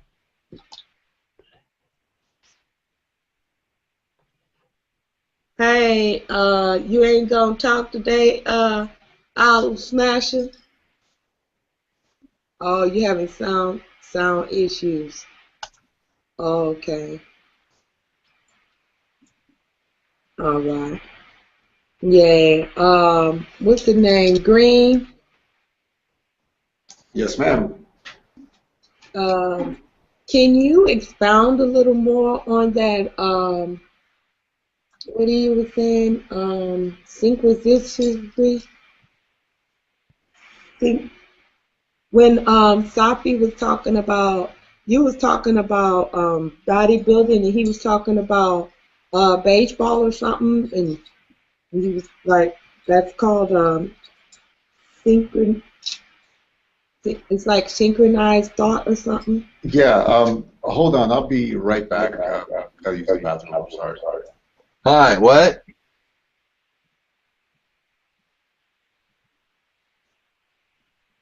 Hey. Mike, I'll be right back. All right. Hi. Hey, James. What's up? Hi. What's up, y'all? Hold on. I'll be right back. I'll talk about that. Hope everything comes out okay for you. Huh? Say again? Well, you said you're going to the bathroom. I said, I hope everything comes out okay for you. Oh, yeah, I'll be fine. My son actually ate a Lego piece this morning. He freaked out. So we're monitoring. I hope everything comes out okay for him as well. I know, I try to paste. I've never seen a brown Lego piece before. I think they make them in all colors now, Safi. Then again, I've never seen a pink Lego piece actually. Yeah, they have, because you can build all kinds of stuff with Legos. So they have them in all colors now. I've never They seen used to brown have it and pink. limited, the basic colors, but now they come in all colors because you can, they've even had contests of who built the most interesting thing from Lego type of contest. So Legos has they upgrade. Okay, they got upgrades like the Matrix.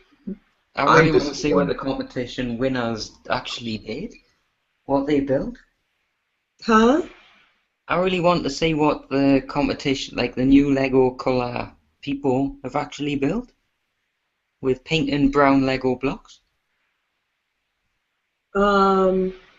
Well, for of course, any type of girly-ish type of stuff, you would need to have pink Legos and so forth. So they got them in all colors. And like I said, people that are Legoers, I don't know what they call themselves, but there are people that really are into Legos and or if it's say Lego architecture where they build Lego architects, I think. Well, basically Legoers. I think your original term, Candy, was the best way to put it. Legoers. yeah, You call them that, Legoers. People that build things using Lego blocks. yeah. It's, And obviously the base that you build them onto, they're not all just simply blocks. Then you've got Lego men, women, right, animals. right, yeah. Because they build whole cities and stuff. Really. Yeah, like in Legoland. Mhm. I've never been there though. So, Idle Smash, is your name James? James, yes, ma'am. Hi. Okay, I'd rather call you that. These damn made up names is a little annoying. I try to deal with it, but if it's not simple enough, it kind of annoys me a little bit. So if it's okay if I call you James, That is just fine. all right, all right. So James, you want to contribute to the topic? The topic wasn't actually about Legos. It kind of veered off into that, you know. And It was you, Candy, nobody else. you know, I'll get off topic. I'll get way the fuck off topic. So you know what? I'm a little interested now. Don't take it as an attack or nothing like that. All right, but your title being the Idol Smasher, okay, on your page, the Idol Smasher, okay. Yes. In my mind, you would be a person. Okay, I would think just if I don't know anything about you, which I don't know much about you really, but I would think that would be a person that was against religion. Okay, so when I see some of your posts, they are very Fierce? religious. Yeah. So that's very confusing for me because it's still very religious. So Right. The God of Israel detests idols. It was James the Idol Smasher, and I closed that channel thinking I could reopen it as James the Idol Smasher from my Yahoo account, and they wouldn't let me. And the only one available, I couldn't get Idol Smasher James. Somebody had that, so I just took the Idol Smasher. But yeah, idols are pretty detestable to God. Worshipping things of nature, you know, putting veneration to a tree above all trees. Worshipping statues. These are things that are pretty detestable, and you know, it is biblical, yes, but yeah, when your religions are based on idolatry, they're bound to fail. They're destructive to, I think, humanity. I think they're destructive to the mind to worship objects or people or even ideas. Not that I'm going to go around smashing your idols, but if you present one to me, I'll be happy to do a Gallagher sledge-o-matic on it. Yeah. Don't you kind of worship the Torah? I worship God, and yeah, I study Torah. Absolutely, I really believe in it. Yeah, I'm a God-fearer, by all means. But when you ask if Christians and atheists are the same, honestly, in many, many, many, many, many ways, yes, absolutely. Okay. The way they come across, that's why they fight each other, and they need to fight. They need to have these discussions. They need to get to know each other, because obviously, one's deluded about themselves and the other when they go after each other on the levels that they do so much of the time. You know, I don't think every atheist is like this or every Christian is like this. I know they're not, for a fact. They're not, of course.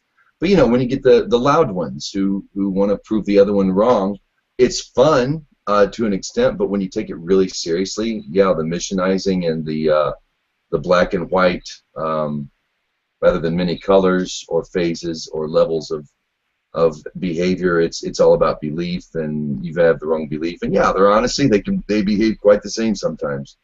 Sometimes I think Christians give far more charity than atheists do per capita. I will say that. That's where they differ. I think that the Christian is much more likely to, even if it is for the sake of avoiding eternal damnation, that they're more likely to give you the shirt off their back. Right. You know, so there are differences. I see that, and of course philosophical differences, obviously. They both say the Jews are wrong, so they're alike in that way. They both say the Jews are wrong? Yeah. Well, Jews because they believe in God, and Christians because they didn't accept Jesus. So they're both, they both say we're wrong. But I say that in part jest, but it's true. So we kind of catch flack from both ends. Okay, so I don't quite know what your beliefs are. Are you claiming to be Jewish? No, ma'am. I'm just a God-fearer, and I really believe that the Torah is something very, very special. And the more and I've been studying it for a long time, and the more I put it to use, and the more I just study it and learn it and organize my mind, it's really benefited me in a very positive way. And I think it benefits my job, which benefits other people. I think it helps me with my kids better. I really, and so yeah, I'm stuck with the Jews. I'm stuck with Abrahamic people very much, because that's where you go to get the goods, And I've been going there for 10 years, and it's good stuff. I do believe. I'm just a God-fearer, though. If there's a label, Noahide, of course, or Noahite. Noahide is technically an adjective, but Noahide, you might have heard of the Noahide laws. There's a covenant in the Bible where God makes a covenant with Noah for all mankind. Gives them, and there are six laws, 6 don'ts and 1 do. One of those laws, of course, is the prohibition of idolatry. So, in other words, to be godly, you can't worship created things. Right. Yeah. But so I'm a God-fearer, and I might have philosophical differences with Christians. Sometimes with Muslims, very rare, but even with other Jews, you have philosophical differences. But if you live a good life, that's really what counts now, here and now. It's all about how we do things now. Mm-hmm. So God-fearer, theist, sure. Not a Jew, though. I'm not a Jew. I eat pork, and I do enjoy bacon. I won't deny that. Awesome thing. Praise God. Praise God for the hogs. Bless them. Amen. Yes. Prayer for the hogs. They give us good bacon and shit like that. It's proof that God loves non-Jews. Sophie was asking over in the chat box, is that God-fearer? Why fear? Because he's not understanding. See, this is something that I would like to relate to many believers, okay, or God lovers, all right, or believers. We need to start. It's okay to use our terminology for things, but when a non-believer hears the word fear, you know, they associate something negative to that. So they don't know that it means that it's respect, that it means respect. Okay, so he's asking God fear over in the chat box. Why fear? Okay, so I'm just going to explain that to him. Safi, when he says God fearing, that means reverential fear, respect, honor. Okay, that's it. Absolutely. Yeah, fear is respect. It is, yeah, definitely. Thanks for that.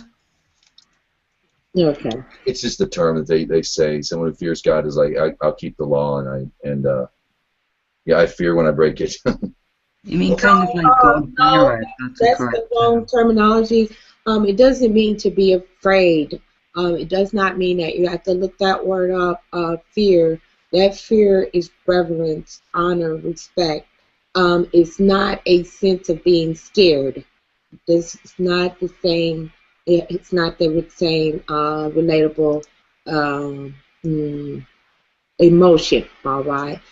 Because when it says fear God rather than man, he's not saying be afraid of God. It means give God's word more respect or priority than you do that of the man. Okay, so that's even in the believer's faith. Even the words that they use, they don't understand very well. So that's why we have such a hard time explaining to the atheists, because we haven't been thoroughly taught what things mean. So it makes it really difficult to relate something that you don't understand quite well yourself. Okay, and yeah, that's what fear. That word fear means when it is. I don't know what it means in the Torah, because I don't even know what the Torah is.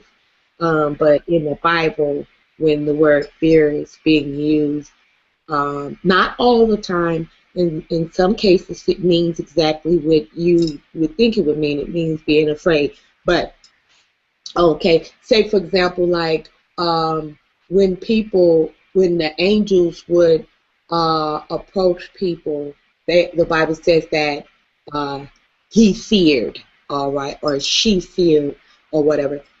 Then in that regard, yes, it meant they were afraid, or scared. It wasn't reverence or respect. They were really scared. Okay, so but when it speaks in regard to God, as far as giving instructions, it is speaking about respect, honor, priority, on placing priority. It doesn't mean being afraid. Well said. This you wrote in here in the comments, James, Torah equal first 5 books of the Hebrew Bible. 5 books of Moses. Yeah, Genesis, Exodus, Leviticus, Deuteronomy, and Numbers. Is actually. Because y'all don't believe in Jesus. Well, it's believing in Jesus is one thing. Yeah, Hebrew, I messed up. Believing is one thing, but we don't pray to Jesus. We pray to God. Even Jesus said, the one prayer he gave, he said, pray to our Father. Right, okay. So so we don't pray to Jesus. Whether okay. Messiah or Savior. We right here then, James. We right here then. Okay. Yeah, we see eye to eye on that one. It annoys me a little bit with the Christians. They Jesus this and Jesus that and Jesus. And first of all, that wasn't even his name, but we ain't gonna get into that. But But even like you said, even he said, don't worship him. He said to honor the Father, to pray. He said, I will pray to the Father. He didn't say pray to me. He said, let us pray to the Father. Let's talk to the Father about this, and everything like that. So I can dig them blues. That is so annoying to see the Jesus worshipers. I'll be out smashing too, James. I know you done seen my video. I get my I got one of them mirrors. You got the Hamlet. All right, but I got me a mirror. You know what a mirror is? You ain't never seen Thor? Yeah. What's that? You seen Thor? Oh. Okay, I know what you're saying now. Thor the movie? Yes. Yes. Yes. The hammer, and when he put his hammer down, it's a wrap. When he put the hammer down, all right. Well, that hammer is called a mirror. All right, that's the name of it. It's not called a hammer. They call it the mirror. Yeah, I keep my mirror. Shit. Yeah, you're right. Jesus' name was it was not Jesus. The word it means Savior. Okay, so they were saying that recognize him as being a savior for the people, stuff like that. But that wasn't his name. His name was Emmanuel. All right. So, which means God in us. Okay. No, that's not what Jesus. Jesus does not mean anointed one. No. No. No, not Jesus. Christ. The word Christ. Yes. The word Christos. Yes. Anointed one. Yes, but people don't. His name is not Christ either. Nobody calls him Christ. They call him Jesus Christ. But no, Safi was just asking what the origins of the name Christ is. So. Okay, y'all got a lot of chatting going on in the box. I ain't keeping up here. Let's see. Okay, I see. What are the origins of the name Christ? Some of the, not Safi, this is the thing that causes a lot of division amongst Christian believers, is that they argue over what the origin is, what's most important, and stuff like that.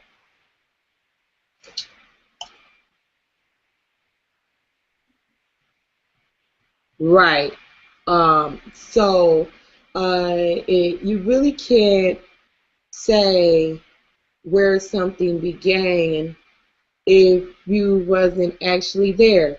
So what would you have to rely upon to figure out where things began? You would have to rely on the evidence that you are presented with, okay, or any type of documentation. Problem with the Christian faith in gathering information to find out origins or whatever, find out what's right or wrong or belief systems or whatever like that, doctrine versus actual spiritual commands or principles. The only way that you would be able to verify that is to go to the source, which is God. Okay, He knows everything. Reason being is because Christians have endured a lot of persecution. Therefore, a lot of their actual written accounts and evidence that can prove certain things were destroyed. Okay, destroyed. So people are, when they argue about what's right and what's wrong, they are actually doing it in ignorance because they are not getting the point that there is no way that you can get to the bottom of this stuff because evidence has been destroyed. It's that simple. It's that simple.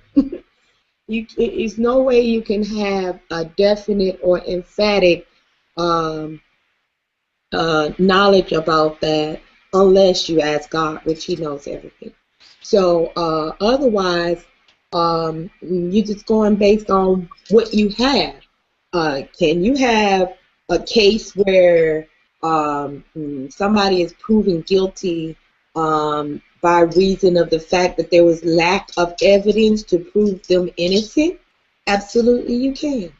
Okay, so it's easy for atheists to throw up in the air and say, your God doesn't exist by reason of lack of evidence. Okay, but what they can't do is they can't prove that God doesn't exist. They can't submit evidence to prove that He doesn't. They can only say that a believer cannot present evidence to prove that He exists. I agree.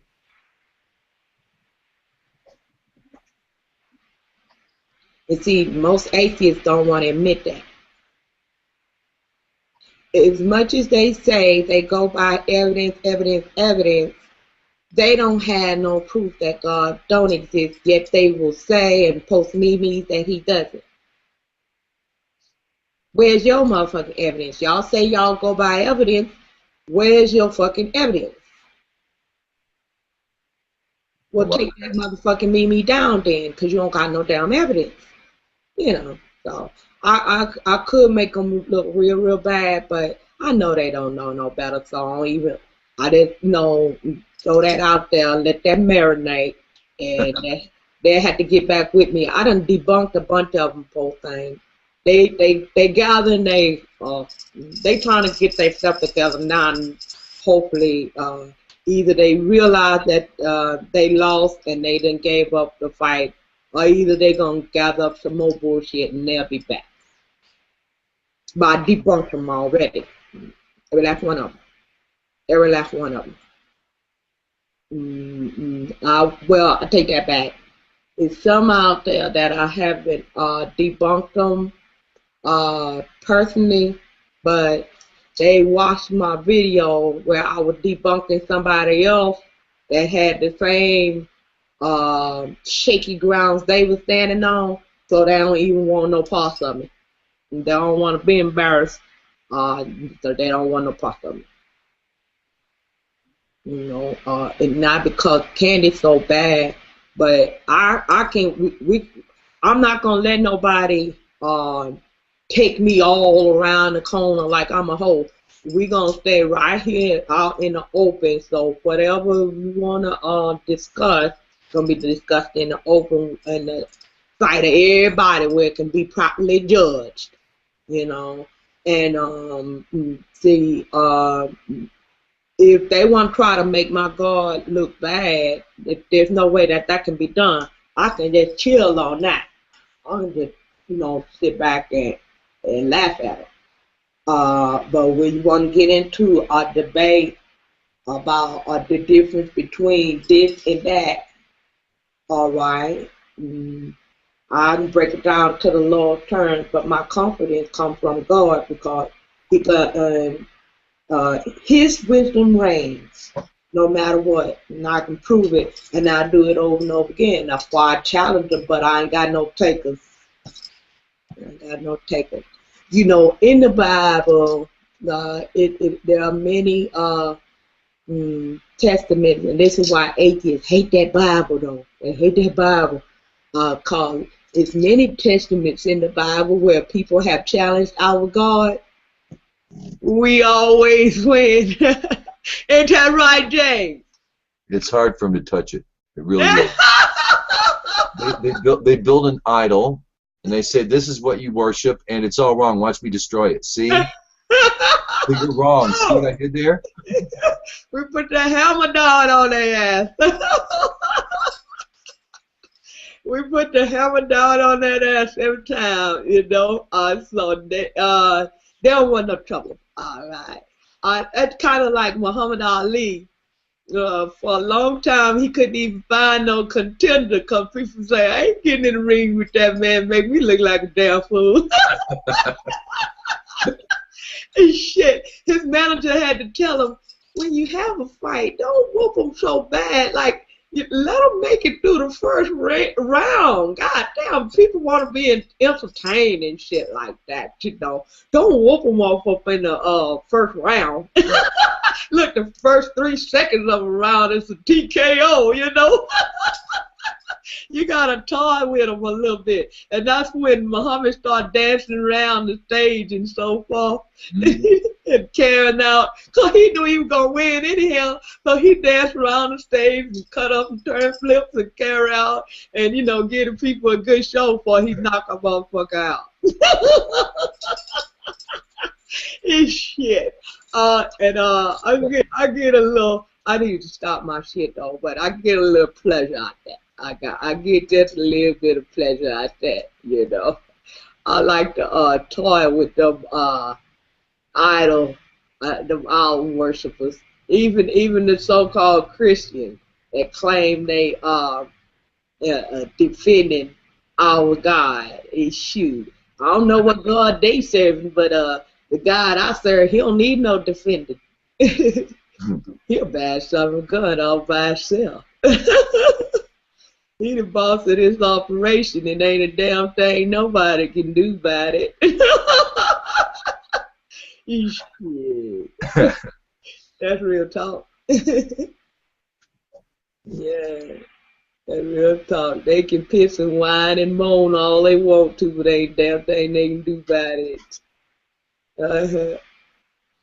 Safi, you must be having some connection problems. You jumping in and out, B.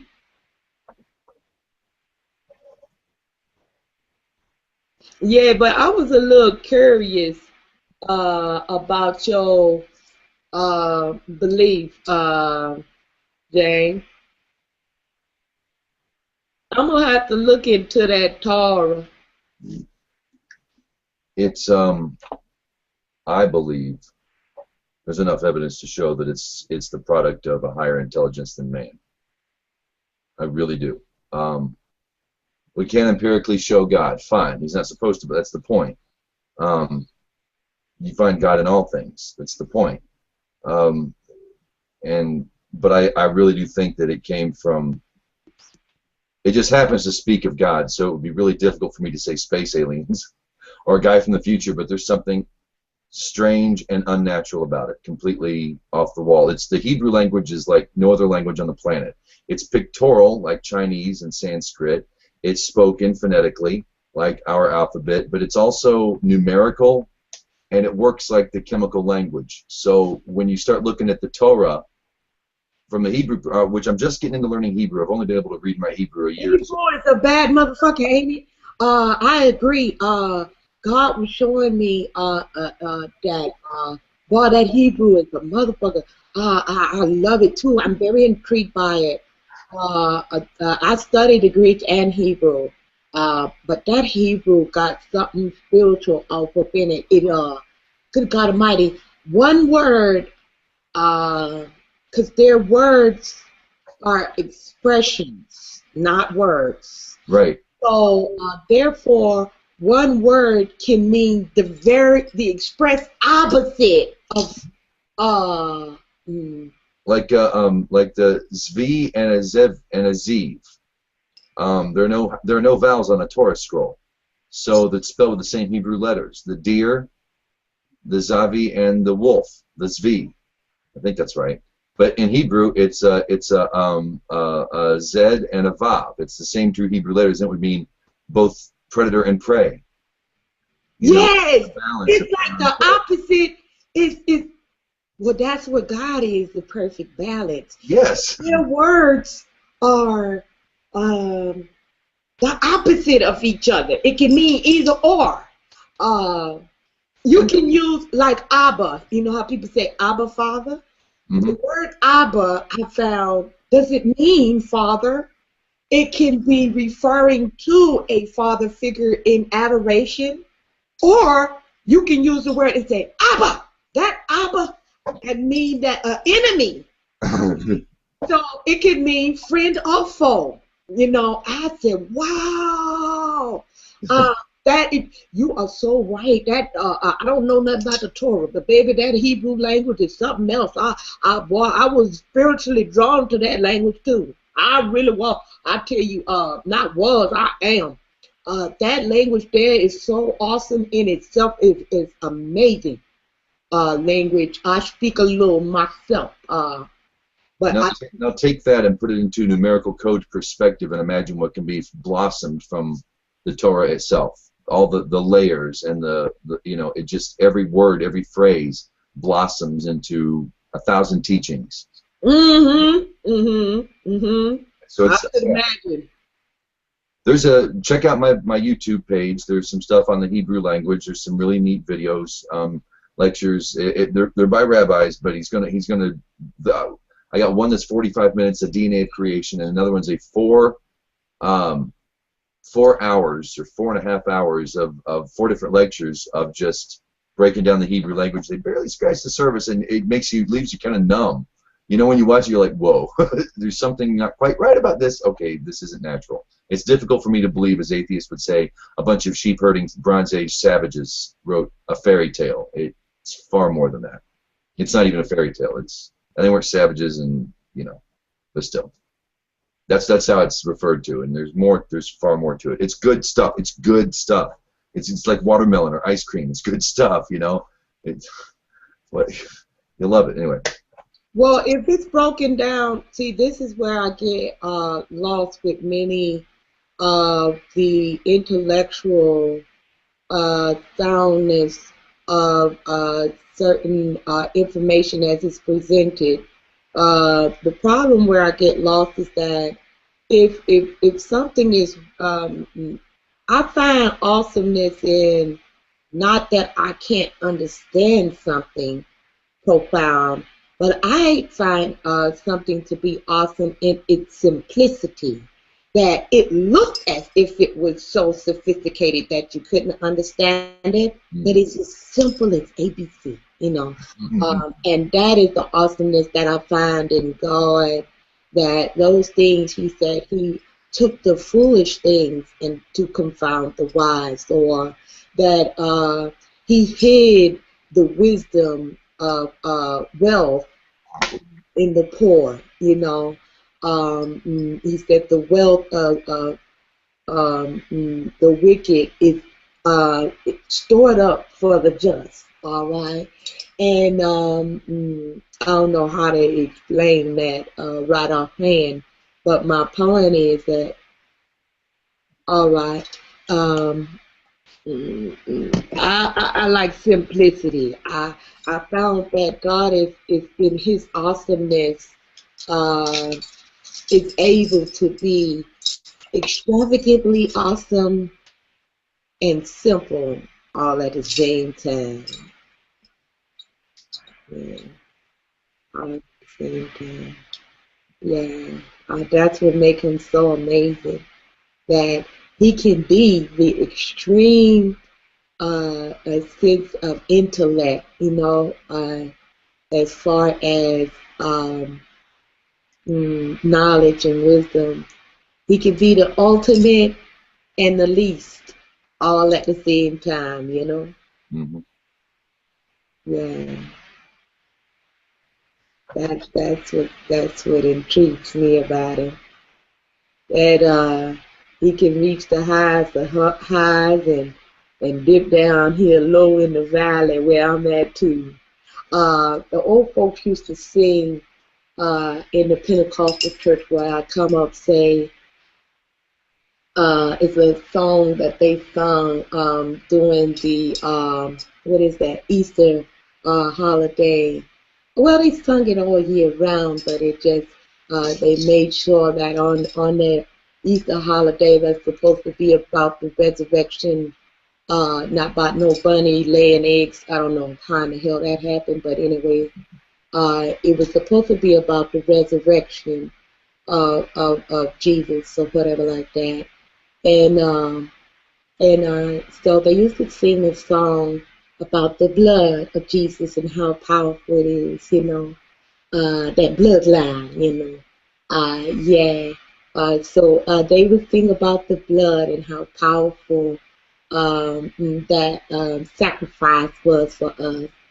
And the song say, the blood that Jesus shed for me, it's the blood that was shed on Calvary. It's the blood that gives me strength from day to day to day to day. It will never lose its power. Oh, 'cause it reaches to the highest. Oh, it reaches to the highest mountain. Oh, but your love, it flows way down deep in the lowest valley. It's the blood, my Savior's blood, that gives me strength from day to day, and it will never lose its power. Yeah, I loved it, that song, because what that song said to me was, God was so awesome that He didn't just care about those that ride their high horses. Yeah, He good like that, baby. He'll get on your level type of God. And what I love about it, the song said, the blood, it flows way down deep in the lowest valley. That's where I'm at right there down there in the bottom, where nobody want to go, down up in the hood. Let me know, God come down in the hood, He ain't scared to come in the hood. Yeah, way down deep in the lowest. He come to the lowest valley, and it's the blood, my Savior's blood, that gives me strength from day to day, and it will never lose. It will never lose His power. Yeah, He good like that, baby. Oh, wonderful.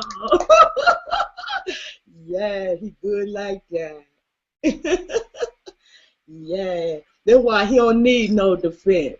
Yeah, he ain't gonna lose his power. That's because the atheists say that He ain't real. He's still the boss, eh? Yeah. He good like that. Yeah, good like that. Andy, it's Father's Day. I got to go be a good father. Thank you. All right. Not thank you for jumping in. I forgot it was even a holiday. I don't much keep up with it. I probably need to call my daddy and rub on his head a little bit and tell him thank you for getting it on with my mama and bringing me here. I'll thank him for me too. It's great. All right now. Be well. Yeah. Wow. We got a lot of viewers at that point. Good God Almighty. Yeah. I appreciate y'all checking in. I got a little lost. I'm back now. And shit, I'm back. Yeah. I get lost sometimes in what the atheists might consider fantasy land. All right, but it's over in fantasy land, some good shit off. And now I take me a first class trip over there. Yeah, interested in that. No. Okay, now, I see we got people out there on the outside, and y'all sitting on the outside. Are y'all out there because y'all don't have a link to get in? Hang tight, baby. I'm gonna send y'all the link. So people can get in. I'm so sorry. I did not provide the link for y'all. I'm bad with that. Y'all gotta help me and send me a message. Circle me and y'all help me out now, cause I haven't been Googlerized yet. Okay. And so I'm not real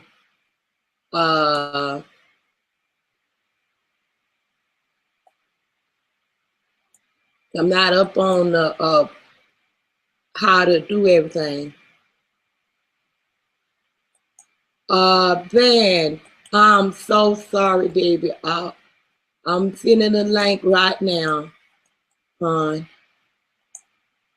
I just realized that I see a lot of people outside of the hangout and watching the broadcast, and I appreciate y'all, but I do want y'all to come in if you want to come in.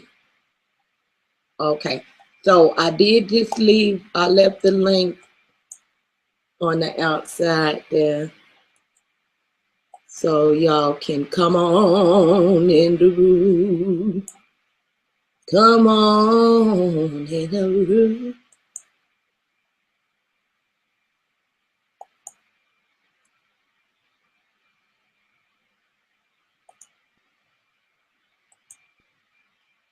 All right. Okay. Now, we had got a little bit off topic. All right. I don't know if we got off topic or the conversation just kind of died out a little bit. But it's okay if we get off topic a little bit. Okay.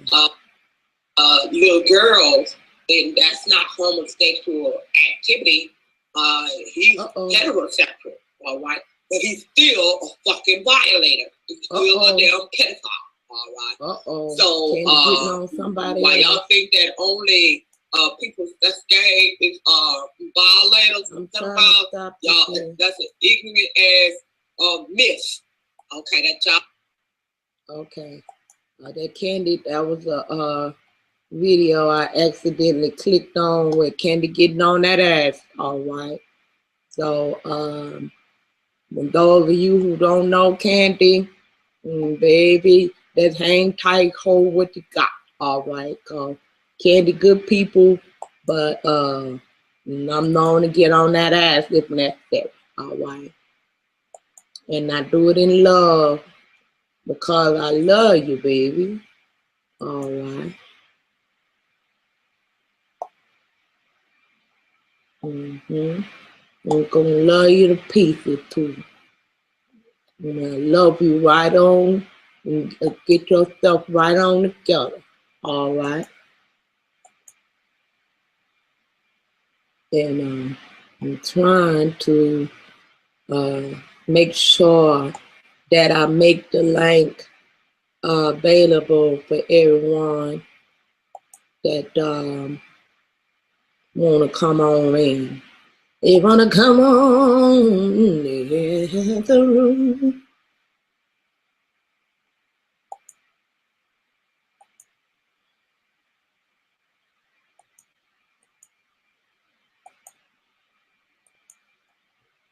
Yeah.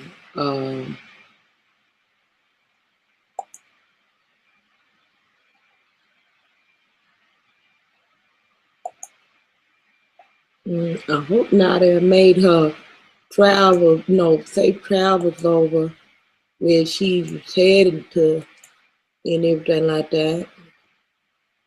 I just hope all is well with her.